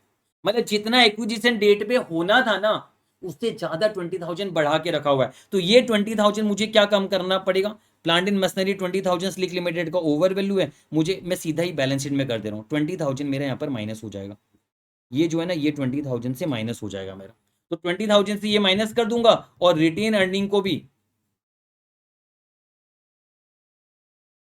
मशीनरी ओवर वैल्यूड बोल के कहां से माइनस करूंगा, प्री से करूंगा। सर क्यों प्री से करो, कभी पोस्ट से करो कभी प्री से, नहीं ऐसा नहीं है, इन्वेंट्री हम ये मान रहे कि पोस्ट में बिका है, बाद में बिका स्टिल, तभी तो अभी तक अनसोल्ड है, इसलिए हम ये पोस्ट से कर रहे हैं। बट ये तो क्वेश्चन ने बता दिया कि 1 अक्टूबर की कहानी है, ये तो 1 अक्टूबर की कहानी है, ठीक है।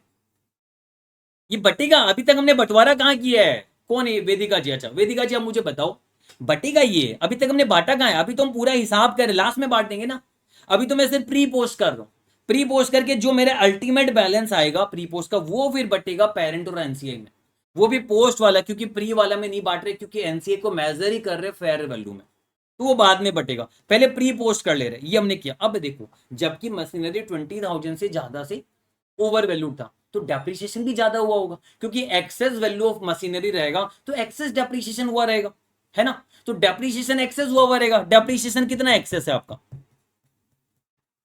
डेप्रिसिएशन क्या बोला, 10% डेप्रिसिएशन है, तो 20,000 का 10% 6 महीने का, क्योंकि 1 अक्टूबर को आपका ओवर वैल्यूड हुआ है, तो 1 अक्टूबर से लेके 31 मार्च तक आपने 6 महीने का डेप्रिसिएशन भी एक्सेस किया होगा, कितना 1,000 रुपीज का, ये पोस्ट में आपने चार्ज किया, क्योंकि अगर आपने एक्विजिशन डेट पे 20,000 ज्यादा वैल्यू दिखाया तो उसके बाद नेक्स्ट 6 महीने का आपने डेप्रिसिएशन भी ज्यादा दिखाया है, कब से 1 अक्टूबर से लेके 31 मार्च, आपने 1,000 रुपीज ज्यादा डेप्रिसिएशन दिखा के रखा हुआ, उसको रिवर्स करना पड़ेगा, किसमें पोस्ट पोस्ट होगा, तो हम एक और चीज करेंगे डेप्रिसिएशन रिवर्सल, ये प्लस होगा, क्योंकि रिवर्सल होगा डेप्रिसिएशन का, मतलब आपका फायदा होगा, तो 1,000 रुपीज पोस्ट में जाएगा, क्यों हो रहा है, क्योंकि 20,000 मशीनरी ओवर वैल्यू को हमने माइनस किया, इस वजह से डेप्रिसिएशन में सेविंग हो रहा है आपका, रिवर्सल हो रहा है डेप्रिसिएशन का, पोस्ट में जाएगा, ये अब आपने कर लिया, अब आप क्लोजिंग सेरेमनी करके अब आप बोल सकते हो कि बंटवारा होगा पेरेंट और एनसीए में, तो अब हम ये पता कर लेते कि कितना है, इधर देखो 1,17,500 आया इधर आपका, इधर कितना आ रहा है 1,12,500, 1,11,500 आया आपका, अब करो ना प्री पोस्ट वेदिका जी, अब किसने रोका है, अब आपका क्वेश्चन ही खत्म हो जाएगा, अब तो क्वेश्चन हमने एकदम इजी बना दिया, पेरेंट और एनसीआई, पेरेंट में 75%, एनसीआई में 25%, तो क्या इसका बंटवारा करेंगे, ना जी ना, रुक जाओ, क्योंकि एनसीआई को हम फेयर वैल्यू में दिखा रहे इसलिए इसका बंटवारा नहीं करेंगे, इसका करेंगे 1,11,500 इंटू 0.75, 83625 आएगा ये, माइनस 1,11,500, 27,875 आएगा ये हो गया यहां तक परफेक्ट है। अब आप बोलो सर इसका क्यों नहीं कर रहे, अब आप मुझे ये बताइए एक्विजिशन डेट पे आपका आइडेंटिफाइबल नेट एसेट्स कितना है पता चल जाएगा, ये देखो शेयर कैपिटल इतने का एक्विजिशन डेट पे, जनरल रिजर्व इतने का एक्विजिशन डेट पे, और आपका रिटेन अर्निंग इतना है एक्विजिशन डेट पे, तो अब मुझे बताइए now fair value of INA at acquisition date कितना है आपका, आप ये बोलोगे यहां पर share capital plus general reserve plus retain earning, यही तो होगा, शेयर होल्डर फंड को ही मानेंगे, और उसमें हमने फेयर वैल्यू एडजस्टमेंट कर दिया, देखो कुछ आपका मशीनरी ओवर वैल्यूड का एडजस्टमेंट था, कुछ जो जो क्वेश्चन ने बोला एडजस्टमेंट कर दिया हमने, तो अब आपका फेयर वैल्यू आएगा, कितना आएगा आपका ये, शेयर कैपिटल एक्विजिशन डेट पे कितना है 5 लाख है,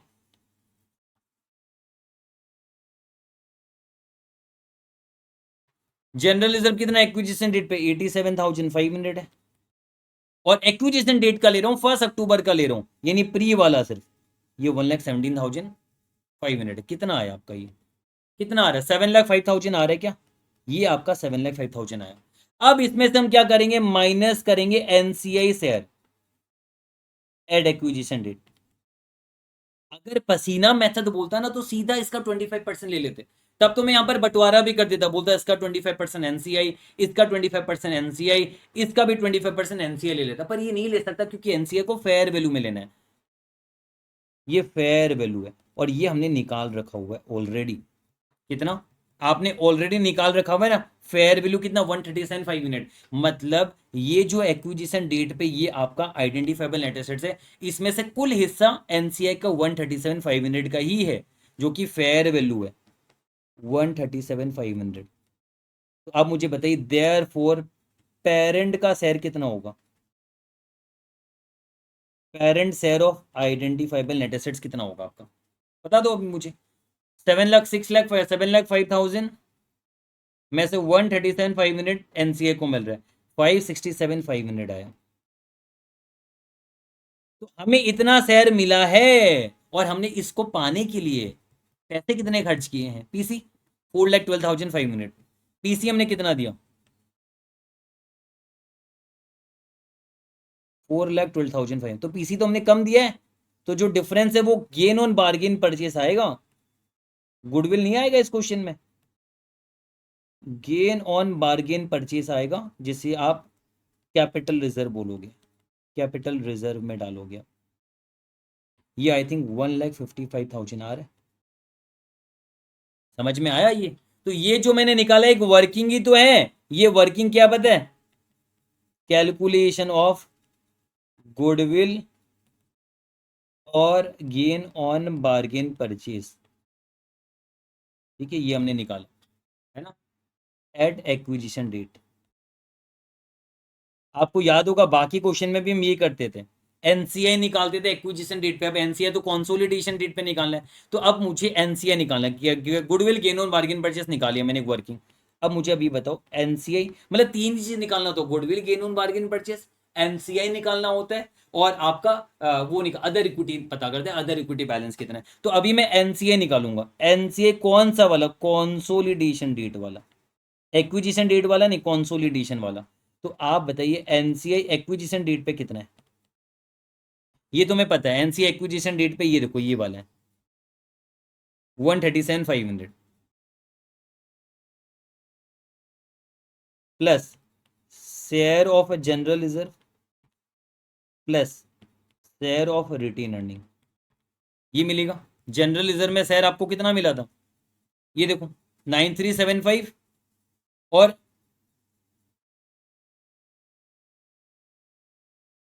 9,375 और 2,7,875।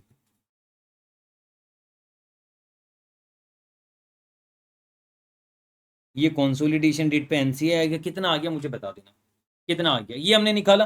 अब बस एक ही चीज निकालना है, फिर देखो बैलेंस शीट कितना इजीली बनता है। तीन चीजें निकालना होता है हमें, goodwill gain on bargain purchase. पहले तो प्री पोस्ट का बंटवारा कर लो, प्री पोस्ट का बंटवारा कर लिया हमने, है ना। उसके बाद हम कुछ नहीं करते, प्री पोस्ट का बंटवारा करने के बाद goodwill gain on bargain purchase निकालो, एनसीए निकालो, अदर इक्विटी निकालो। अदर इक्विटी में हम क्या करेंगे, तीन हिस्से में रखेंगे, एक तो जनरल रिजर्व रखेंगे, एक रिटेन अर्निंग रखेंगे, और एक रखेंगे कैपिटल रिजर्व भी, क्योंकि इस क्वेश्चन में आपका कैपिटल रिजर्व भी निकल के आया था। तो आपका पेरेंट पार्ट कित पेरेंट पेरेंट कंपनी का अदर इक्विटी क्या क्या है आपका, क्योंकि पेरेंट का तो हम सब कुछ लेते ही है। तो पेरेंट कंपनी का अदर इक्विटी में क्या क्या, ये देख लो, ये तो पेरेंट कंपनी के बैलेंस शीट से मिल ही जाएगा। तो पेरेंट कंपनी का अदर इक्विटी में आपको देख सकते हो यहाँ पर नीचे दिया हुआ है, जनरल रिजर्व इनका खुद का 2 लाख है और 3,50,000 है। 2 लाख और 3,50,000 देख लो, 2 लाख और 3,50,000।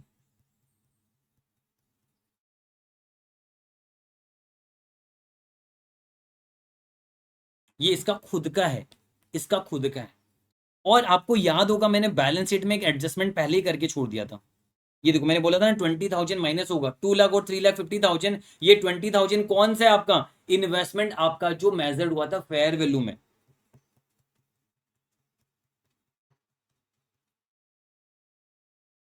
लॉस इन इन्वेस्टमेंट कितना, 2,40,000 का जो था, वो 2,20,000 हमने पीसी में लिया था। तो 20,000 का आपका ये एडजस्टमेंट हो जाएगा रिटेन अर्निंग से, इसका खुद का जो नुकसान है ये आपका एडजस्टमेंट यहाँ से हो जाएगा। ये हमने कर दिया, बात खत्म, अपने हमने खुद का ले लिया। अब हम क्या करेंगे, क्या हम कभी भी सब्सिडरी का शेयर कैपिटल अदर इक्विटी यहां डालते, कभी नहीं डालते। हम सब्सिडरी का आईने में देखते हमें क्या शेयर मिला है, एनसीआई को क्या शेयर मिला है, जो डिफरेंस है वो गुडविल या कैपिटल रिजर्व आ जाता है। तो आपका कैपिटल रिजर्व जो आएगा ना स्लिक लिमिटेड का इन्वेस्टमेंट में, वो यहां पर आ जाएगा कैपिटल रिजर्व 1,55,000, ये आ गया। तो ये हमने कर दिया, बात खत्म। मतलब हमने खुद का शेयर दिखाया, लॉस इन इन्वेस्टमेंट ये हमने माइनस कर दिया, कैपिटल रिजर्व हमने दिखा दिया, जो हमने ये निकाल के रखा था। ये देखो गुडविल आता तो अदर इक्विटी का हिस्सा नहीं होता, पर कैपिटल रिजर्व है इसलिए ये वाला आएगा आपका यहाँ पर।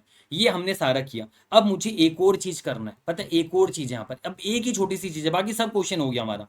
एक छोटी सी चीज जो है ये मैंने पहले पढ़ाया नहीं, ये मैं अभी आपको पढ़ा रहा हूँ।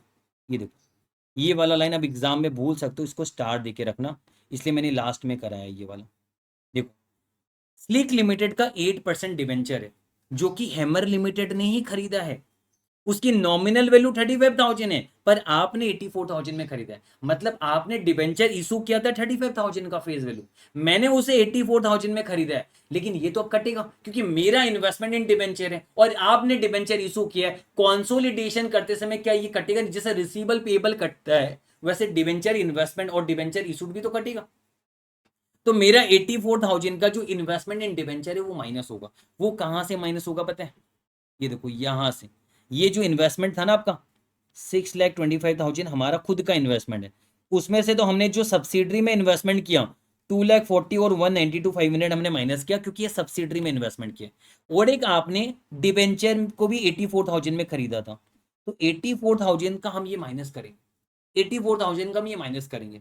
बट जो सब्सिडरी का डिबेंचर इशूड है ना, ये बोरोइंग में, ये बोरोइंग में डिबेंचर ही है, नीचे वर्किंग में लिखा हुआ है, इसमें से सिर्फ 35,000 ही माइनस होगा। गुस्सा नहीं आ रहा आपको? क्योंकि उसने तो अपने बुक्स में सिर्फ 35,000 का दिखा के रखा हुआ है, फेस वैल्यू तो उसने सिर्फ नॉमिनल वैल्यू 35,000 का इशू किया है। बट हमने तो 84,000 में खरीदा है। तो मुद्दा क्या हो रहा है पता है? डिबेंचर लाइबिलिटी तो 35,000 से कम हो रही है, लेकिन एसेट जो वो 84,000 से कम हो रहा है। हमारा नुकसान है, कितने का नुकसान है इसका डिफरेंस देख लो, 74, 64, 54, 49,000 का। 49,000 का लॉस है डिबेंचर में आपका, क्योंकि आपने 49,000 एक्सेस पे करके खरीदा था। तो ये जो 49,000 का लॉस है ये भी आपका यहां से अदर इक्विटी से कम होगा। तो हम क्या करेंगे, डिबेंचर को, एक तो ये डिबेंचर जो आपका है, ये देखो बोरिंग में डिबेंचर लिखा हुआ है, ये डिबेंचर अब आप 65,000 का ही दिखाओगे, ठीक है। और यहां पर इन्वेस्टमेंट से मैंने 84,000 कम कर दिया अभी, और अब 49,000 का जो फर्क है वो कहां से होगा? अदर इक्विटी से कम कर दो।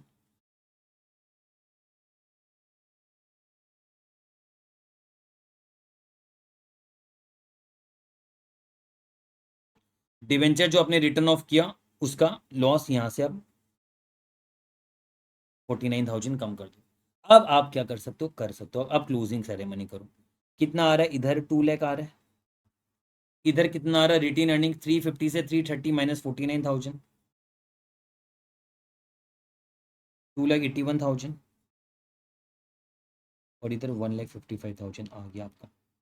अब एक चीज और बची है, एक चीज और बची है, आपको मैं बता देता हूँ, वो हमने लिया नहीं अभी तक।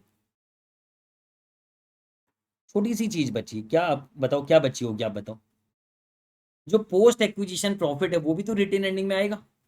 ये देखो आपको जो पोस्ट एक्विजिशन, ये आपको जो शेयर मिला है, पेरेंट को जो शेयर मिला है, ये पोस्ट एक्विजिशन पेरेंट को शेयर 28,125 मिला है, और रिटेन अर्निंग में भी पेरेंट को पोस्ट एक्विजिशन जो शेयर मिला है 83,625, ये भी तो आएगा। ये तो डेफिनेटली आएगा, क्योंकि एनसीआई में आपने दिखा दिया था एनसीआई का शेयर, है ना, ये दिखा दिया था। अब पेरेंट का शेयर दिखाओ, तो पेरेंट का अपना अपना शेयर कहाँ जाएगा? जनरल रिजर्व का जनरल रिजर्व में जाएगा, जनरल रिजर्व 28,125 है, यहां जाएगा। और रिटेन अर्निंग में कितना है? 83,625, बस इतना कर लिया, हो गया आपका काम खत्म। अब आप करो 228,125, इधर 3,30,000 माइनस 49,000 प्लस 83,625, 364,625 आ रहा है। टोटल कितना हो गया आपका?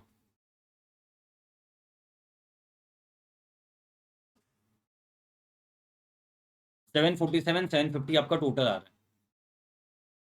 747 750 आपका टोटल आ रहा है कि नहीं आ रहा है, बता दो। ये आपको इतना समझ में, अब आप बैलेंस शीट आराम से बनाओ, इतना वर्किंग कर लोगे तो भी हो जाएगा, इतना वर्किंग कर लिया हो जाएगा। मैं एक बार रिकॉल करा दे रहा हूँ, क्वेश्चन पहले पूरा अंडरस्टैंडिंग ले लो, फिर आप समझ जाओगे कि कैसे करना है। देखो मैं एक बार फिर से रिकॉल करा रहा हूँ। मैंने पीसी आराम से निकाला, पीसी में ये ध्यान रखना 2,20,000 हमने लिया है, क्योंकि उसकी फेयर प्रीवियसली हेल्ड इंटरेस्ट को फेयर वैल्यू में मेजर करते हैं। इससे हमने हमने पीसी निकाला और आपका 12,500 शेयर्स का हमने एक्विजिशन डेट फेयर वैल्यू भी निकाल लिया। अब प्री पोस्ट का जब बंटवारा क्या बोला, शेयर कैपिटल तो पूरा प्री में रहेगा, पोस्ट होगा नहीं। जनरल रिजर्व हमने क्या किया, प्री पोस्ट कर लिया। ये जो प्री है इससे तो आपका गुडविल या कैपिटल रिजर्व निकल जाएगा। ये जो पोस्ट है ये आपका, ये तो अदर इक्विटी में चला जाएगा, मैं साइड में लिख दे रहा हूं। ये आपका अदर इक्विटी में चला जाएगा, ये आपका एनसीए में चला जाएगा। वैसे रिटेन एंडिंग का भी प्री पोस्ट, ये आपका अदर इक्विटी में चला जाएगा, ये आपका एनसीए में चला जाएगा। तो अदर इक्विटी एनसीए के अंदर हमने ये डाल दिया। और जो भी एडजस्टमेंट करना था उसका डबल इफेक्ट भी दे दिया बैलेंस शीट में। जैसे 2,000 इन्वेंट्री से कम कर दिया, मशीनरी को भी 20,000 से कम करेंगे, 1,000 से बढ़ाएंगे। ये 1,000 बढ़ाया हुआ दिखाया था क्या, 20,000 से कम करेंगे 1,000 से बढ़ाएंगे, 20,000 से कम किया 1,000 से बढ़ा दिया। ये हमने कर देना है। तो ये हमने करा, बस बात खत्म। उसके बाद आपका जो क्लोजिंग आया, अब क्लोजिंग में आपका पेरेंट का प्री जो है, प्री वाला तीनों मिला दिया, 7,05,000 आ रहा है। एनसीआई का एक्विजिशन डेट में फेयर वैल्यू इतना, मतलब हमारा शेयर इतना है। पीसी हमने दिया, मतलब कैपिटल रिजर्व हमारा आ गया। अब ये आपका एनसीआई कॉन्सोलिडेशन डेट वाला तो आराम से आएगा। ये जो share of general reserve retain earning लिया, एनसीआई एक्विजिशन डेट से आ गया। जो भी मेहनत है आपको इसमें ही करनी है, मैंने बताया ना, जो भी मेहनत है वो सारी इसी में ही होनी है आपकी। अदर इक्विटी को आप अच्छे से संभाल के करोगे, अदर इक्विटी को एकदम आराम से संभाल के कर लोगे। अगर आपको लगता है, जैसे मैंने पहले ये करा है, अगर आप चाहो तो आप ऐसे भी कर सकते हो। आप एक काम करो, सबसे पहले आप ये पोस्ट एक्विजिशन डालने की हैबिट डालो। आप ये हैबिट डालो। हम क्या करेंगे पता है, पहले तो खुद का पेरेंट का खुद का जो भी शेयर है अपना खुद का जनरल रिजर्व रिटेन अर्निंग डाल दिया। फिर हम क्या करेंगे, पोस्ट एक्विजिशन जो भी शेयर मिला वो डाल देंगे, ये हमें ध्यान में रहेगा इसलिए। और फिर कैपिटल रिजर्व या गुडविल जो है वो डाल दो। कैपिटल रिजर्व, ये आप इस तरीके से स्टेप बना लो कि कैपिटल रिजर्व या गुडविल जो भी है 1,55,000 ये हमने डाल दिया। अब हम देख लेंगे कि कुछ एक्स्ट्रा हो रहा है क्या। एक्स्ट्रा ये हो रहा है कि आपका दो चीज एक्स्ट्रा हो रहा है। एक तो 20,000 जो हमने राइट ऑफ किया था,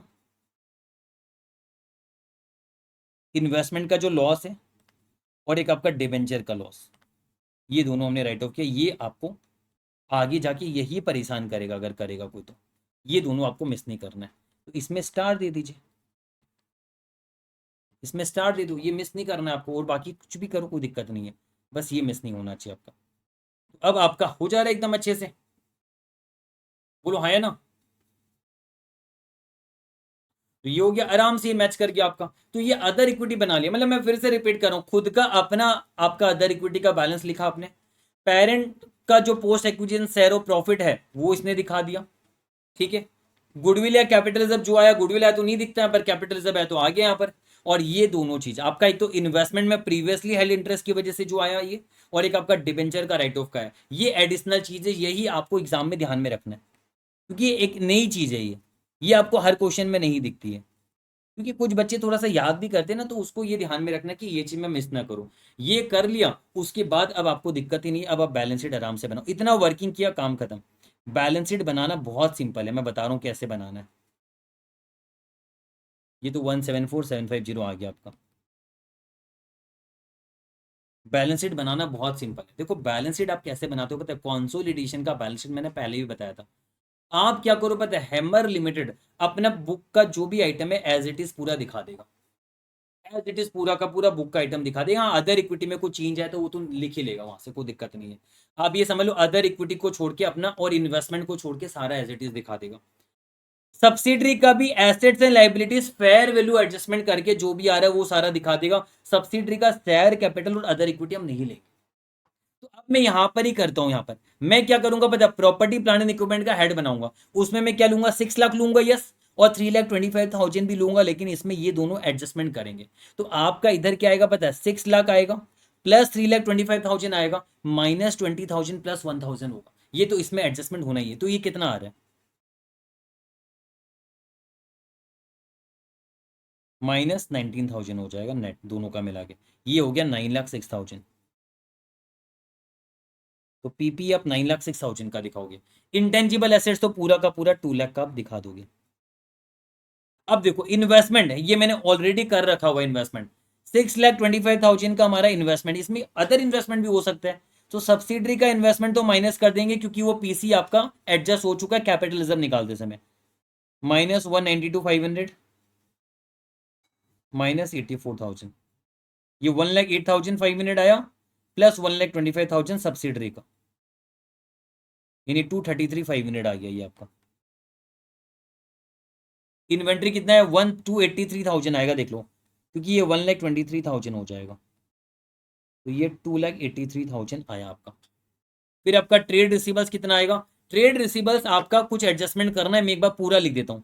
325 590 6,15,000 हो रहा है, और आपका cash and cash equivalent 5 lakh हो रहा है। ये हमने कर लिया। शेयर कैपिटल हम खुद का ही लेंगे, 10 लाख ही लेंगे शेयर कैपिटल। अदर इक्विटी में क्यों यहां से लेना? अदर इक्विटी का तो टेबल आपने बनाया है, सीधा वहीं से ले लो।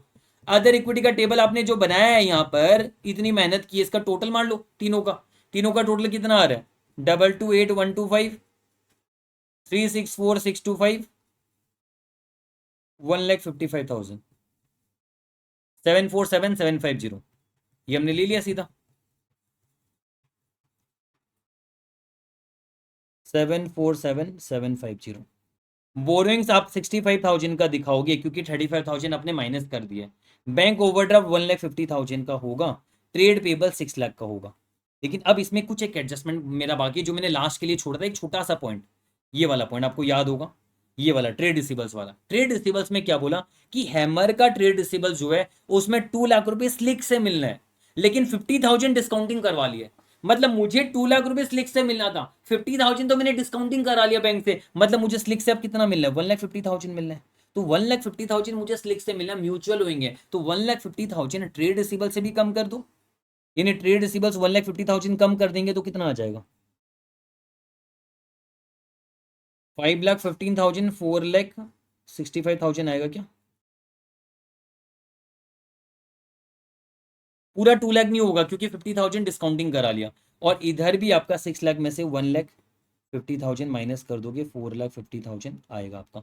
तो अब देखो बैलेंस शीट में आपको दिखा रहा हूं मैच करा के, देखो 9,06,000 2,02,33,500। ये देखो 9,06,000 2,02,33,500, ठीक है। 2,83,465,500 2,83,000 4,65,000 5 लाख। इधर 10 लाख भी मिला ही था, शेयर कैपिटल तो अपना आएगा ही। अदर इक्विटी तो सीधा आपने वर्किंग नोट से बता दिया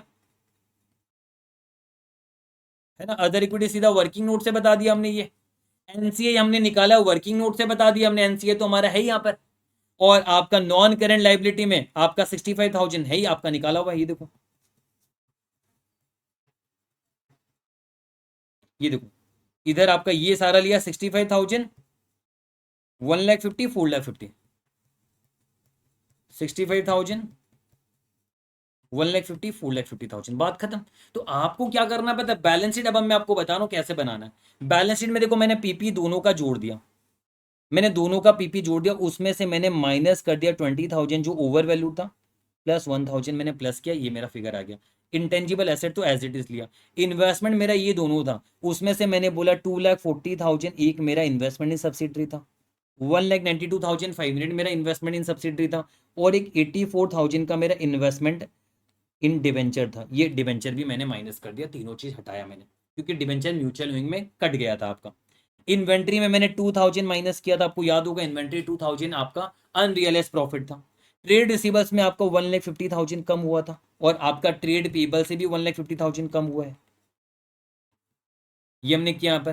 कैश एंड कैश इक्विवेलेंट वही रहेगा। अदर इक्विटी का तो आपको टेबल से मिल जाएगा, अदर इक्विटी टेबल से मिल जाएगा, ये वर्किंग नोट से मिल जाएगा, ये भी आपको वर्किंग नोट से मिल जाएगा।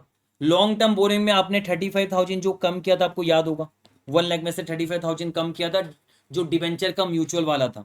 बाकी ये सारा आ गया, बस बैलेंस शीट अब आप टोटल करो आ जाएगा। और अगर आप चाहोगे अदर इक्विटी और एनसीए मुझे यहाँ पर बताना, मैं चाहूँ तो यहाँ पर भी बता सकता हूँ, पर क्या जरूरत है यहाँ पर बताने का, मैं पहले यहाँ पर ही डायरेक्टली बताता था। लेकिन उससे मुझे क्या फील हुआ कि बच्चे फिर वर्किंग नोट में मेहनत नहीं करते और एग्जाम में वर्किंग नोट लिखना जरूरी होता है। तो इसलिए मैंने सोचा कि नहीं, अभी आपको वर्किंग नोट से ही कराया जाए। तो एग्जाम में आपका क्या प्रोसीड्यूर रहेगा, देखिए समझने का काम आपने पूरा किया है। अब ये समझ लो एग्जाम में स्टेप्स क्या रहेंगे। एग्जाम का स्टेप्स भी मैं आपको बता देता हूँ, अभी जहां पर जगह मिलेगा वहीं बता दूंगा मैं। स्टेप्स बता दो अभी एग्जाम में कैसे करना है। चलो इधर ही बता देता हूँ स्टेप्स। सबसे पहला स्टेप्स क्या होगा पता है? सबसे पहले यूजुअली हमें क्या करना पड़ता है, प्री एंड पोस्ट एलोकेशन करते हैं हम सबसे पहले। Usually pre and post allocation कर लिया आपने सबसे पहले। पीसी यूजुअली आपका निकल ही जाता है, यहां पर हमने निकाला, पर ultimately pre and post allocation सबसे पहले होता है। प्री एंड पोस्ट एलोकेशन करने के बाद आप यूजुअली एनसीआई निकालते हो at acquisition date and NCA at consolidation date. दोनों निकल जाते हैं कैसे? क्योंकि इसी प्री में, प्री का जो एनसीए है वो एनसीए एक्विजिशन डेट वाला होता है, और प्री पोस्ट मिला के कंसोलिडेशन डेट वाला एनसीए आ जाता है यहाँ पर। हालांकि हमने तो एनसीए एक्विजिशन डेट पहले निकाले थे क्योंकि फेयर वैल्यू में था। अदरवाइज तरीका ये होता है, वंस आपने एनसीए निकाल लिया, अब आप क्या करोगे पता है? आप निकालोगे गुडविल या कैपिटल रिजर्व का वर्किंग करोगे आप, है ना? और उसके बाद आप अदर इक्विटी का वर्किंग करोगे। ये करने के बाद अब आप बैलेंस शीट बना सकते हो। बैलेंस शीट में हमें क्या क्या चीजों पे ध्यान देखना है? यूजुअली सभी एसेट्स लायबिलिटी सारे एज इट इज आ जाते हैं जुड़ के, कोई फेयर वैल्यू एडजस्टमेंट करना है तो करना पड़ता है। हमें कहाँ कहाँ ध्यान देना होता है? हमें एक तो वर्किंग नोट से क्या क्या डालना होता है, अदर इक्विटी डालना होता है, एनसीए डालना होता है। ये दो चीज मिलनी आपको, अदर इक्विटी और एनसीए आपको वर्किंग नोट से डालना होता है, और आपका कैपिटल रिजर्व या फिर गुडविल, ये तीन चीज ही आपको डालना होता है। ये तीन चीज ही आपको डालना होता है, बाकी तो आपका अपने आप ही बैलेंस शीट बन जाता है। और इन्वेस्टमेंट इन सब्सिडरी तो कट जाता है, यहाँ पर एक्स्ट्रा कोई इन्वेस्टमेंट आया वो आपका देखा तो अलग बात है। तो ये स्टेप अगर आप फॉलो करोगे, वर्किंग भी बन गया, pre and post allocation, NCI भी आ गया आपका, गुडविल कैपिटल रिजर्व का आपने वर्किंग कर लिया, अदर इक्विटी आपने बना लिया, और फिर बैलेंस शीट बनाया जिसमें ये आपने जो निकाला, ये वाला देखो, ये वाला और ये वाला, ये तीनों तो लिखा हुआ है यहाँ पर देखो। जो पॉइंट नंबर 2 में एनसीआई निकाला कॉन्सोलिडेशन रेट वाला, ये हो जाएगा। गुडविल कैपिटल रिजर्व निकाला, ये हो जाएगा। अदर इक्विटी निकाला, ये डालोगे, बाकी सारा balance sheet as it is बनाओगे। तो क्या आप आराम से बना नहीं सकते? मैंने टाइम लगा दिया इस क्वेश्चन में, पर ये क्वेश्चन टफ नहीं है। मैंने सॉल्व करा, समझा के सॉल्व करा है, तो 56 मिनट लगा, मुझे दिख रहा है स्क्रीन पे।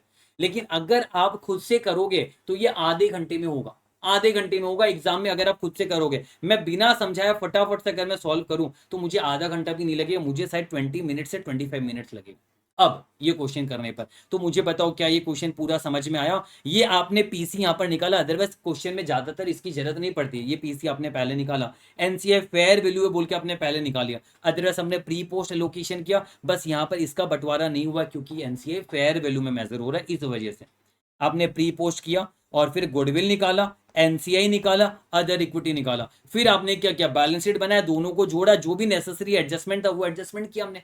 20,000 ओवर वैल्यू था इसलिए फेयर वैल्यू एडजस्टमेंट किया, वो तो प्री पोस्ट में डाला हुआ ही आपका, है ना? ये आपने कहाँ डाला था? ये 20,000 प्री में डाला था, ये पोस्ट में डाला था आपने, इसलिए एडजस्टमेंट किया हुआ है आपका। और ये भी आपका इन्वेस्टमेंट जो है, ये तो इन्वेस्टमेंट इन सब्सिडरी का एडजस्टमेंट आपने किया था, ये डिबेंचर वाला हो गया, ये सब्सिडरी का शेयर वाला हो गया आपका। ये 2000 आपका ये हमने पोस्ट में रखा ही था। ट्रेड रिसीवेबल्स ये तो म्यूचुअल ओइंग हो गया आपका, एमओ लिख दिया मतलब म्यूचुअल ओइंग हो गया आपका। और ये भी डिवेंचर वाला हो गया, और डिवेंचर का जो डिफरेंस आया था 49,000 वो तो हमने रखा था। तो 49,000 डिवेंचर का डिफरेंस आया था वो हमने रखा था। 20,000 इन्वेस्टमेंट का वैल्यू गिरा था वो हमने रखा था यहाँ पर, वो आपको बस ध्यान में रखना है। कहाँ गया वो? ये देखो ये रहा, 20,000 का आपका इन्वेस्टमेंट का वैल्यू गिरा, ये एक 49,000 का, ये दो चीज आपने ध्यान में रखा। इसका आपने इन्वेस्टमेंट से आपका क्योंकि पीसी में 240 नहीं लिया, 220 लिया, और डिबेंचर को आपने काटा तो आपका ये सारा रहा। तो ये करने के बाद क्या अब आप ये क्वेश्चन नहीं कर सकते? बताओ मुझे, बताओ हाँ या ना? अब ये मैं मिटा दे रहा हूँ, इसका काम नहीं है। चलो आपको नोट्स में पूरा मिल जाएगा ये। बताओ क्या ये क्वेश्चन अब हमारा अच्छी से समझ में आता है? बताओ मुझे। अब किसी को कोई दिक्कत है तो मुझे बताओ इस क्वेश्चन में, क्या आप ये क्वेश्चन आराम से कर पाओगे, कितना समझ में है मुझे ये भी बताइए। यस, मेरा भी ये कहना है कि अगर आप प्रैक्टिस करोगे तो ही ये क्वेश्चन इजी होगा, मतलब समझ में अगर आ गया, आप प्रैक्टिस करोगे तो बहुत इजी हो जाएगा ये क्वेश्चन। और मैं आपको ये बता रहा हूँ, हर क्वेश्चन में आप ऐसे ही प्रोसीड्यूर रखो। बिजनेस कॉम्बिनेशन का अलग प्रोसीड्यूर मैंने बताया हुआ है, कॉन्सोलिडेशन समझाने का तो मैंने काम किया, प्रोसीड्यूर सब में सेम ही है। यूजुअली हमने यहाँ पर पहले पीसी निकाला और एनसी एक्विजिशन डेट का पता किया, पर यूजुअली हम प्री पोस्ट में बंटवारा करते हैं। वंस आप प्री पोस्ट में बंटवारा करते हो तो आपको अपने आप पता चल जाता है एनसी एक्विजिशन डेट पे कितना है और आपका पोस्ट से एनसीए को क्या शेयर मिल रहा है। लेकिन यहाँ पर तो एनसीए फेयर वैल्यू में, इसलिए आपको पहले पता चल गया एनसी एक्विजिशन डेट में कितना है, और बस पोस्ट वाला आपने जोड़ा, आपका एनसीए आ गया। ये करने के बाद अब आप गुडविल आराम से या कैपिटल रिजर्व आराम से निकाल सकते हो। तो नेक्स्ट आपका प्री पोस्ट करने के बाद आपको एनसीए पता करना है और उसके बाद आपको गुडविल निकालना है। तो स्टेप याद रहे, हाँ सर पहले प्री पोस्ट कर लेंगे, फिर सर एनसीए निकालेंगे एक्विजिशन डेट कॉन्सोलिडेशन डेट का, फिर हम गुडविल या गेन ऑन बार्गेन परचेस निकालेंगे। तो यहां पर आप एक काम कर सकते हो, आप एक काम करो, यहां पर ये एनसीए को पहले रखना। रुको, मुझे एनसीए को पहले रखना है क्योंकि एग्जाम में आपको वही प्रोसीड्यूर होना चाहिए।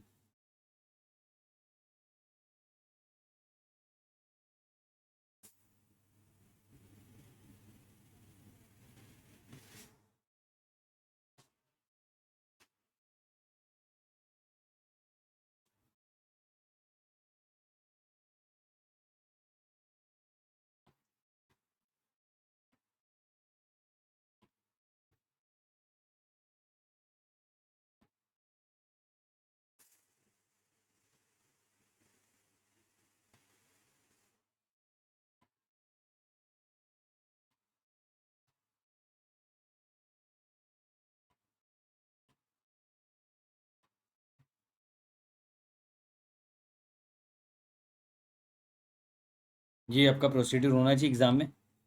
प्री पोस्ट का बंटवारा किया, नोट्स में आपको दे दूंगा। प्री पोस्ट का बंटवारा किया आपने, ठीक है, करने के बाद एनसीए निकाल लिया आपने, कंसोलिडेशन डेट का गुडविल या कैपिटल रिजर्व आपने निकाल लिया, फिर अदर इक्विटी करोगे। और ये करने के बाद आपको मैंने स्टेप भी वही रखा हुआ है, ये करने के बाद आप बैलेंस शीट बनाओगे। बैलेंस शीट तो वही पीपी दोनों का ऐड कर दिया, इंटेंजिबल एसेट सब कुछ दोनों का ऐड कर दिया, एसेट्स एंड लायबिलिटीज दोनों का ऐड कर दो, उसमें कुछ फेयर वैल्यू एडजस्टमेंट है तो वो कर लो आप। ये आपने किया, बस आप ये ध्यान रखना शेयर कैपिटल मैं खुद का लूंगा, अदर इक्विटी तो मुझे वर्किंग नोट से और एनसीए भी वर्किंग नोट से मिल जाएगा, बाकी सारा हमने कर लिया। तो अदर इक्विटी में बस आप ये ध्यान रखना कि खुद का तो जनरल रिजर्व रिटेन अर्निंग पूरा ही लेंगे, पेरेंट सब्सिडरी में से हमारा पोस्ट एक्विजिशन शेयर आ जाएगा, कैपिटल रिजर्व आना है तो वो आ जाएगा, और ये हमारा खुद का एडजस्टमेंट है, ये हमने करा। तो ये अदर इक्विटी में आपको मेहनत करनी है, उसके बाद आपका आराम से हो जाएगा ये क्वेश्चन। एंड आई थिंक अब आपका ये क्वेश्चन आराम से सॉल्व हो जाएगा। तो ये क्वेश्चन हमारे यहीं समाप्त होते हैं, अब हम आगे बढ़ते हैं, ठीक है। तो ये क्वेश्चन प्रैक्टिस जरूर से करना, प्रैक्टिस करोगे फिर ये क्वेश्चन बहुत ईजी हो जाएगा। और जरूरत पड़े तो एक बार और देख लेना इस वीडियो को, अगर किसी को थोड़ा सा भी कंफ्यूजन एक बार और देख लेना, गारंटी वो सॉल्व कर लेगा फिर। चलो नेक्स्ट अभी हम है ना इंडेक्स 7